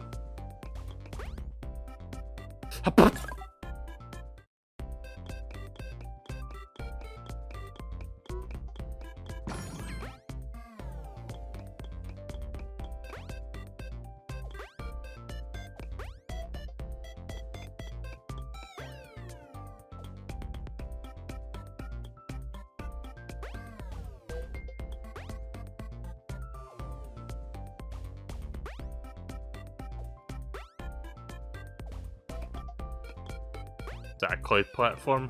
Like, I like how I just find that both silly but also endearing that they're like, okay, this is the cloud platform, I'm gonna draw a cloud texture that's just like a looping cloud pattern and just stick it on a rectangular block.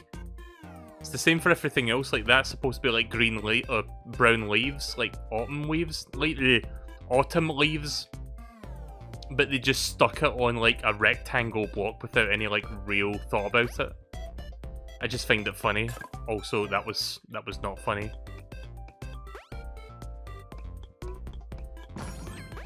Like, I'm not going to collect all 10 apples, I just want to see the other things that are in this area, because I don't want to leave until I've looked at everything.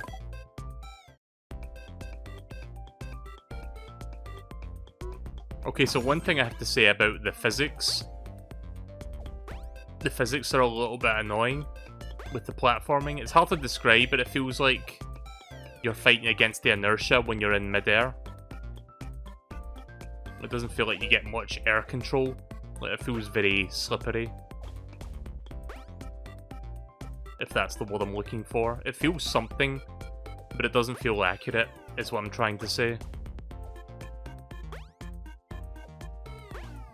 Oh. Oh yeah, I suppose you can slow down. Yeah. There. Oh, Jesus. Oh, hey, it's Raphael the Raven. Take him, ravens don't eat apples anyway.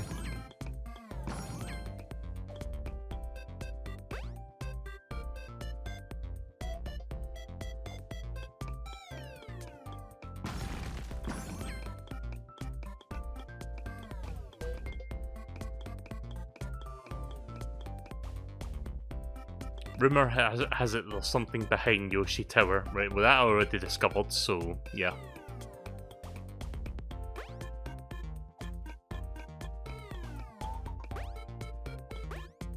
I think that's pretty much everything.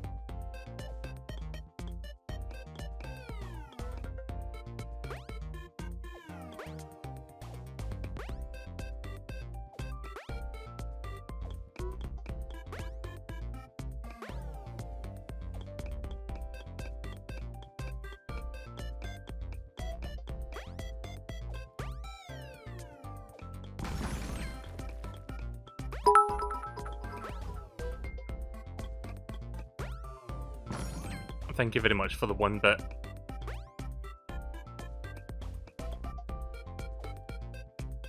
Oh yeah, now for the hardest part of the entire thing. This part.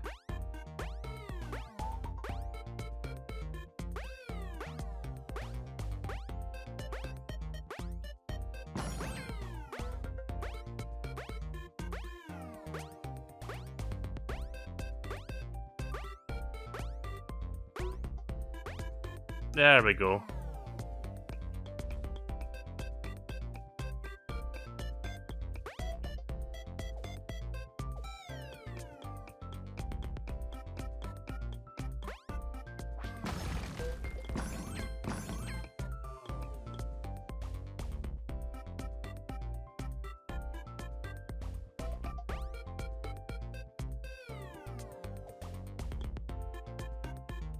Did anyone see where the last apple was?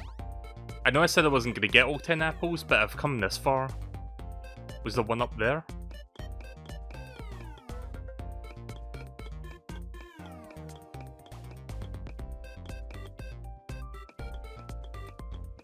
You don't see it? There's one at the red Yoshi. No, let's try to not fuck up on this jump then.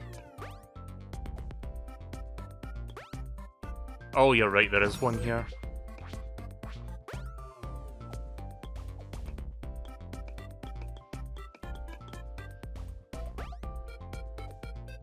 There we go. Yay, we did it. Okay. Right, okay then, let's see what else we got here. I'm gonna stop very shortly, but I'm just too, like, enamored by all the shit that's, like, being posted on this website. Right, this one might be a straightforward, more of an experience type thing, and not so much a game, so we'll check this one out real quick. Hi there, Cray. I'm actually about to end the stream in a few minutes, but good to see you.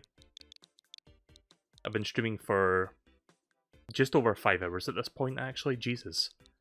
Time flies when you're having fun, I guess. HDB.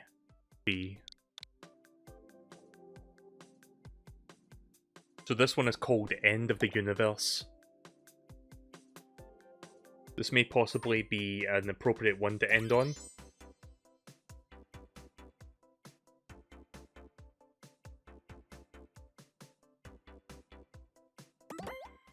You just got here. Not feeling the best today, so I took some time before you dropped by. That's fair enough. So this one's called The End of the Universe, so let's see what this is all about.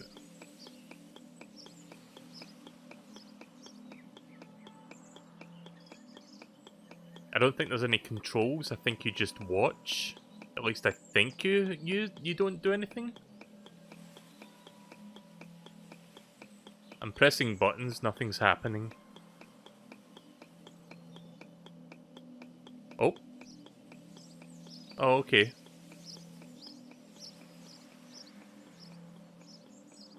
Is there going to be jump scares? Is there going to be a Mogus?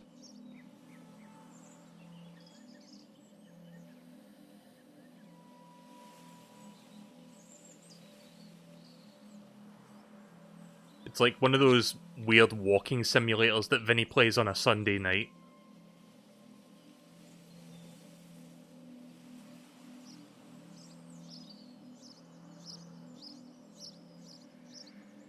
The reason why you are here is unknown by us. We are sure that you know exactly what you did to end up here. It really does feel like a Sunday night stream, even though it's technically Saturday over here, but it's still Friday for you guys.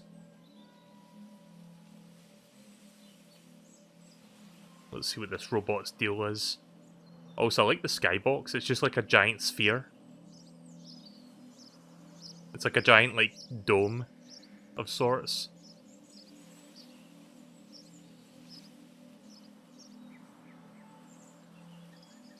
I have been suffering here for 10,000 years. My eyes have rot.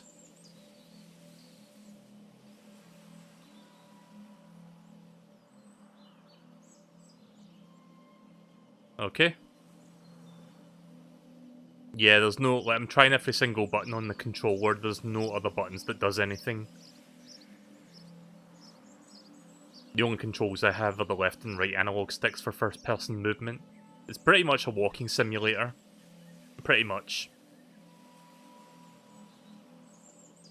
Is that an actual human? Oh, it's like a toy human. I don't know how I got here. You're just like me, right? Yeah, I'm exactly like you, apparently. Oh.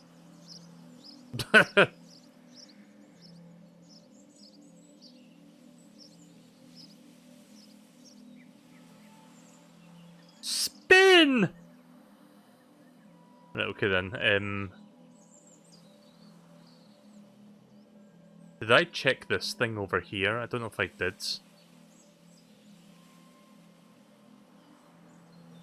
Right, let's see. I wish there was a run button. I know it's a walking simulator, but a run button would have been nice for an area this big. I'm going to check that apple in a second. I feel like I should save that for last.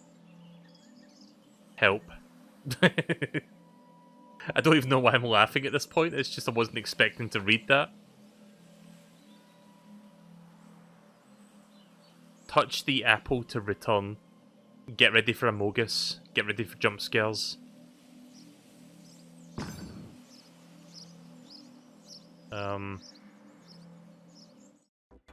Oh, right, that just ended the whole game. I think that was everything.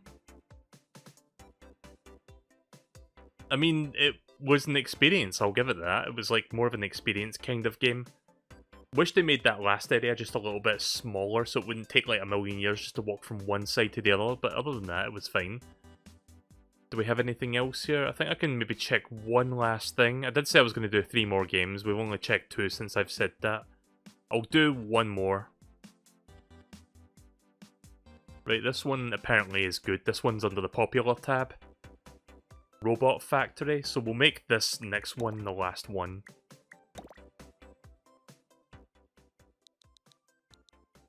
Right, G006 736 3MY. Right, so let's hope this is a pretty good one to end on, because I've seen some really good stuff tonight. This might be a good one as well. I mean, it is under the popular tab, so I'm assuming that this is quite good. Oh, by the way, Cray, there's a website, I don't know if you know about this, but there's a website called mygarage.games. It's where people can submit their own creations. So if you're looking for stuff to check out, go there.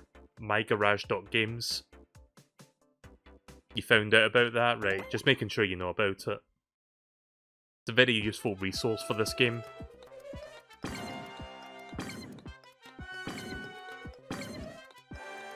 Getting some stank music over here. Guess I'm supposed to avoid the robots.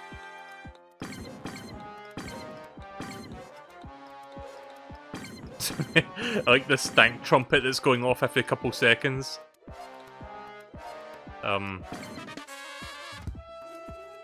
Alright, well clearly that apple tricked me because I thought I could like walk over that. Clang! Okay, so you can't touch those more than 3 times.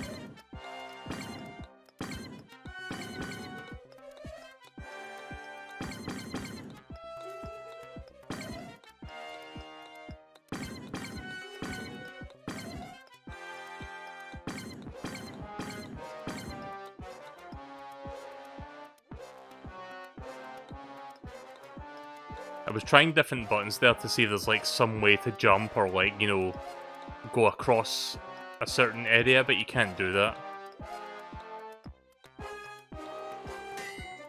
Oof. Oof.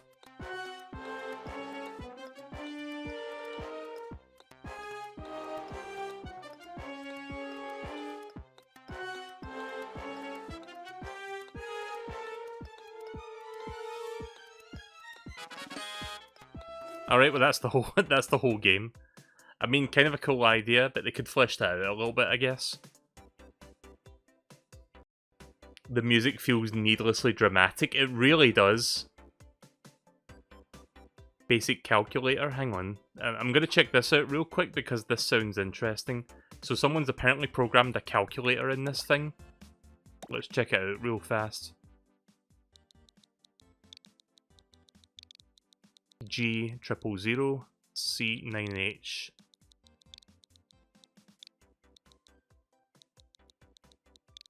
But yeah, there'll definitely be more streams of Game Builder Garage. I'm gonna try and take some time, like, to myself to try and, like, figure out how to, like, program certain things, but for the most part, I think I'm gonna save the tutorials for the stream, because those are, like, fun to go through and, like, learn.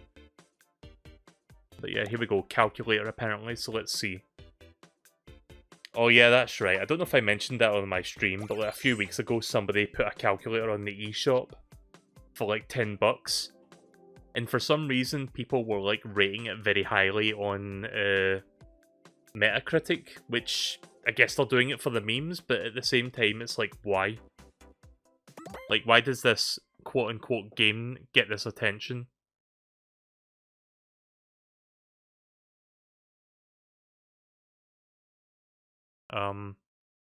Trying to figure out the controls. Oh, I see, right, okay, right.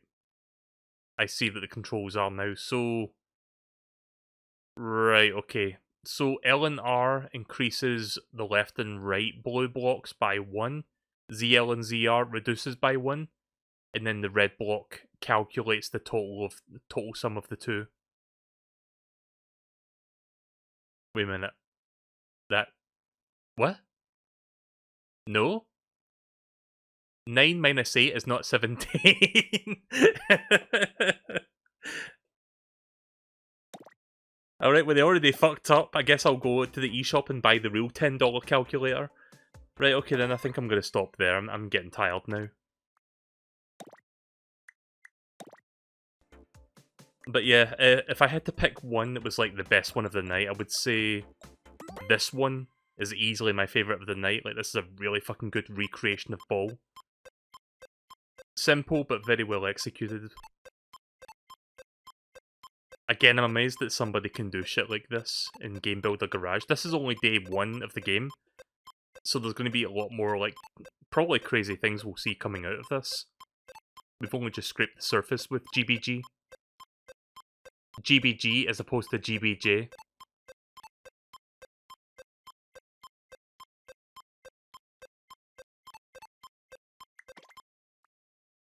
So I guess before I end, I'm going to give you the most appropriate send-off, I guess. I think you guys know what's coming next.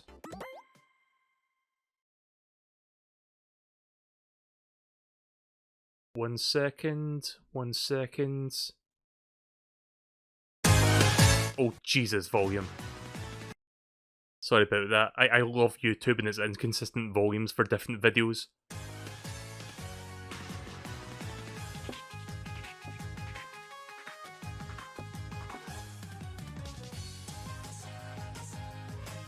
Oh, looks like Moo's got... Looks like Moo's got the moves. Like, look at him go. Oh, by the way, speaking of Moo in Miitopia, Moo will be streaming Miitopia tomorrow night, probably after my stream is done, so check that out, that little Moo. He's been streaming Miitopia lately, and it's been fun watching him stream it. This is his character, by the way. This is his imp character.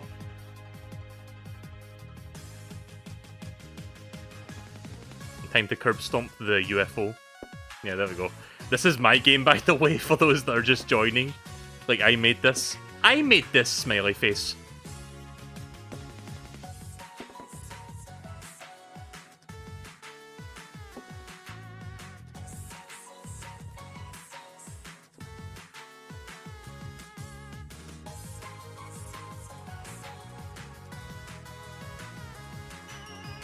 Also, I can freeze myself in midair.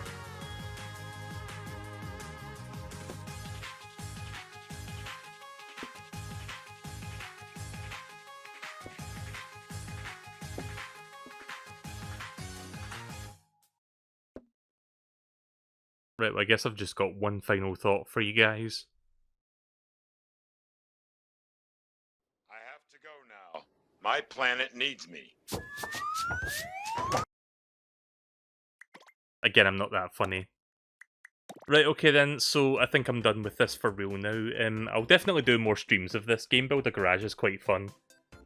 So, yeah, not sure when I'll do this. Probably I'll wait until, like, after the whole E3 season is, like, over. Maybe I'll do a little bit of tinkering in between E3 stuff. Depends on how I feel when I'm doing that stuff. But yeah, I hope you guys enjoyed this. Game Builder Garage is pretty cool. And, yeah, more Game Builder Garage next week at some point.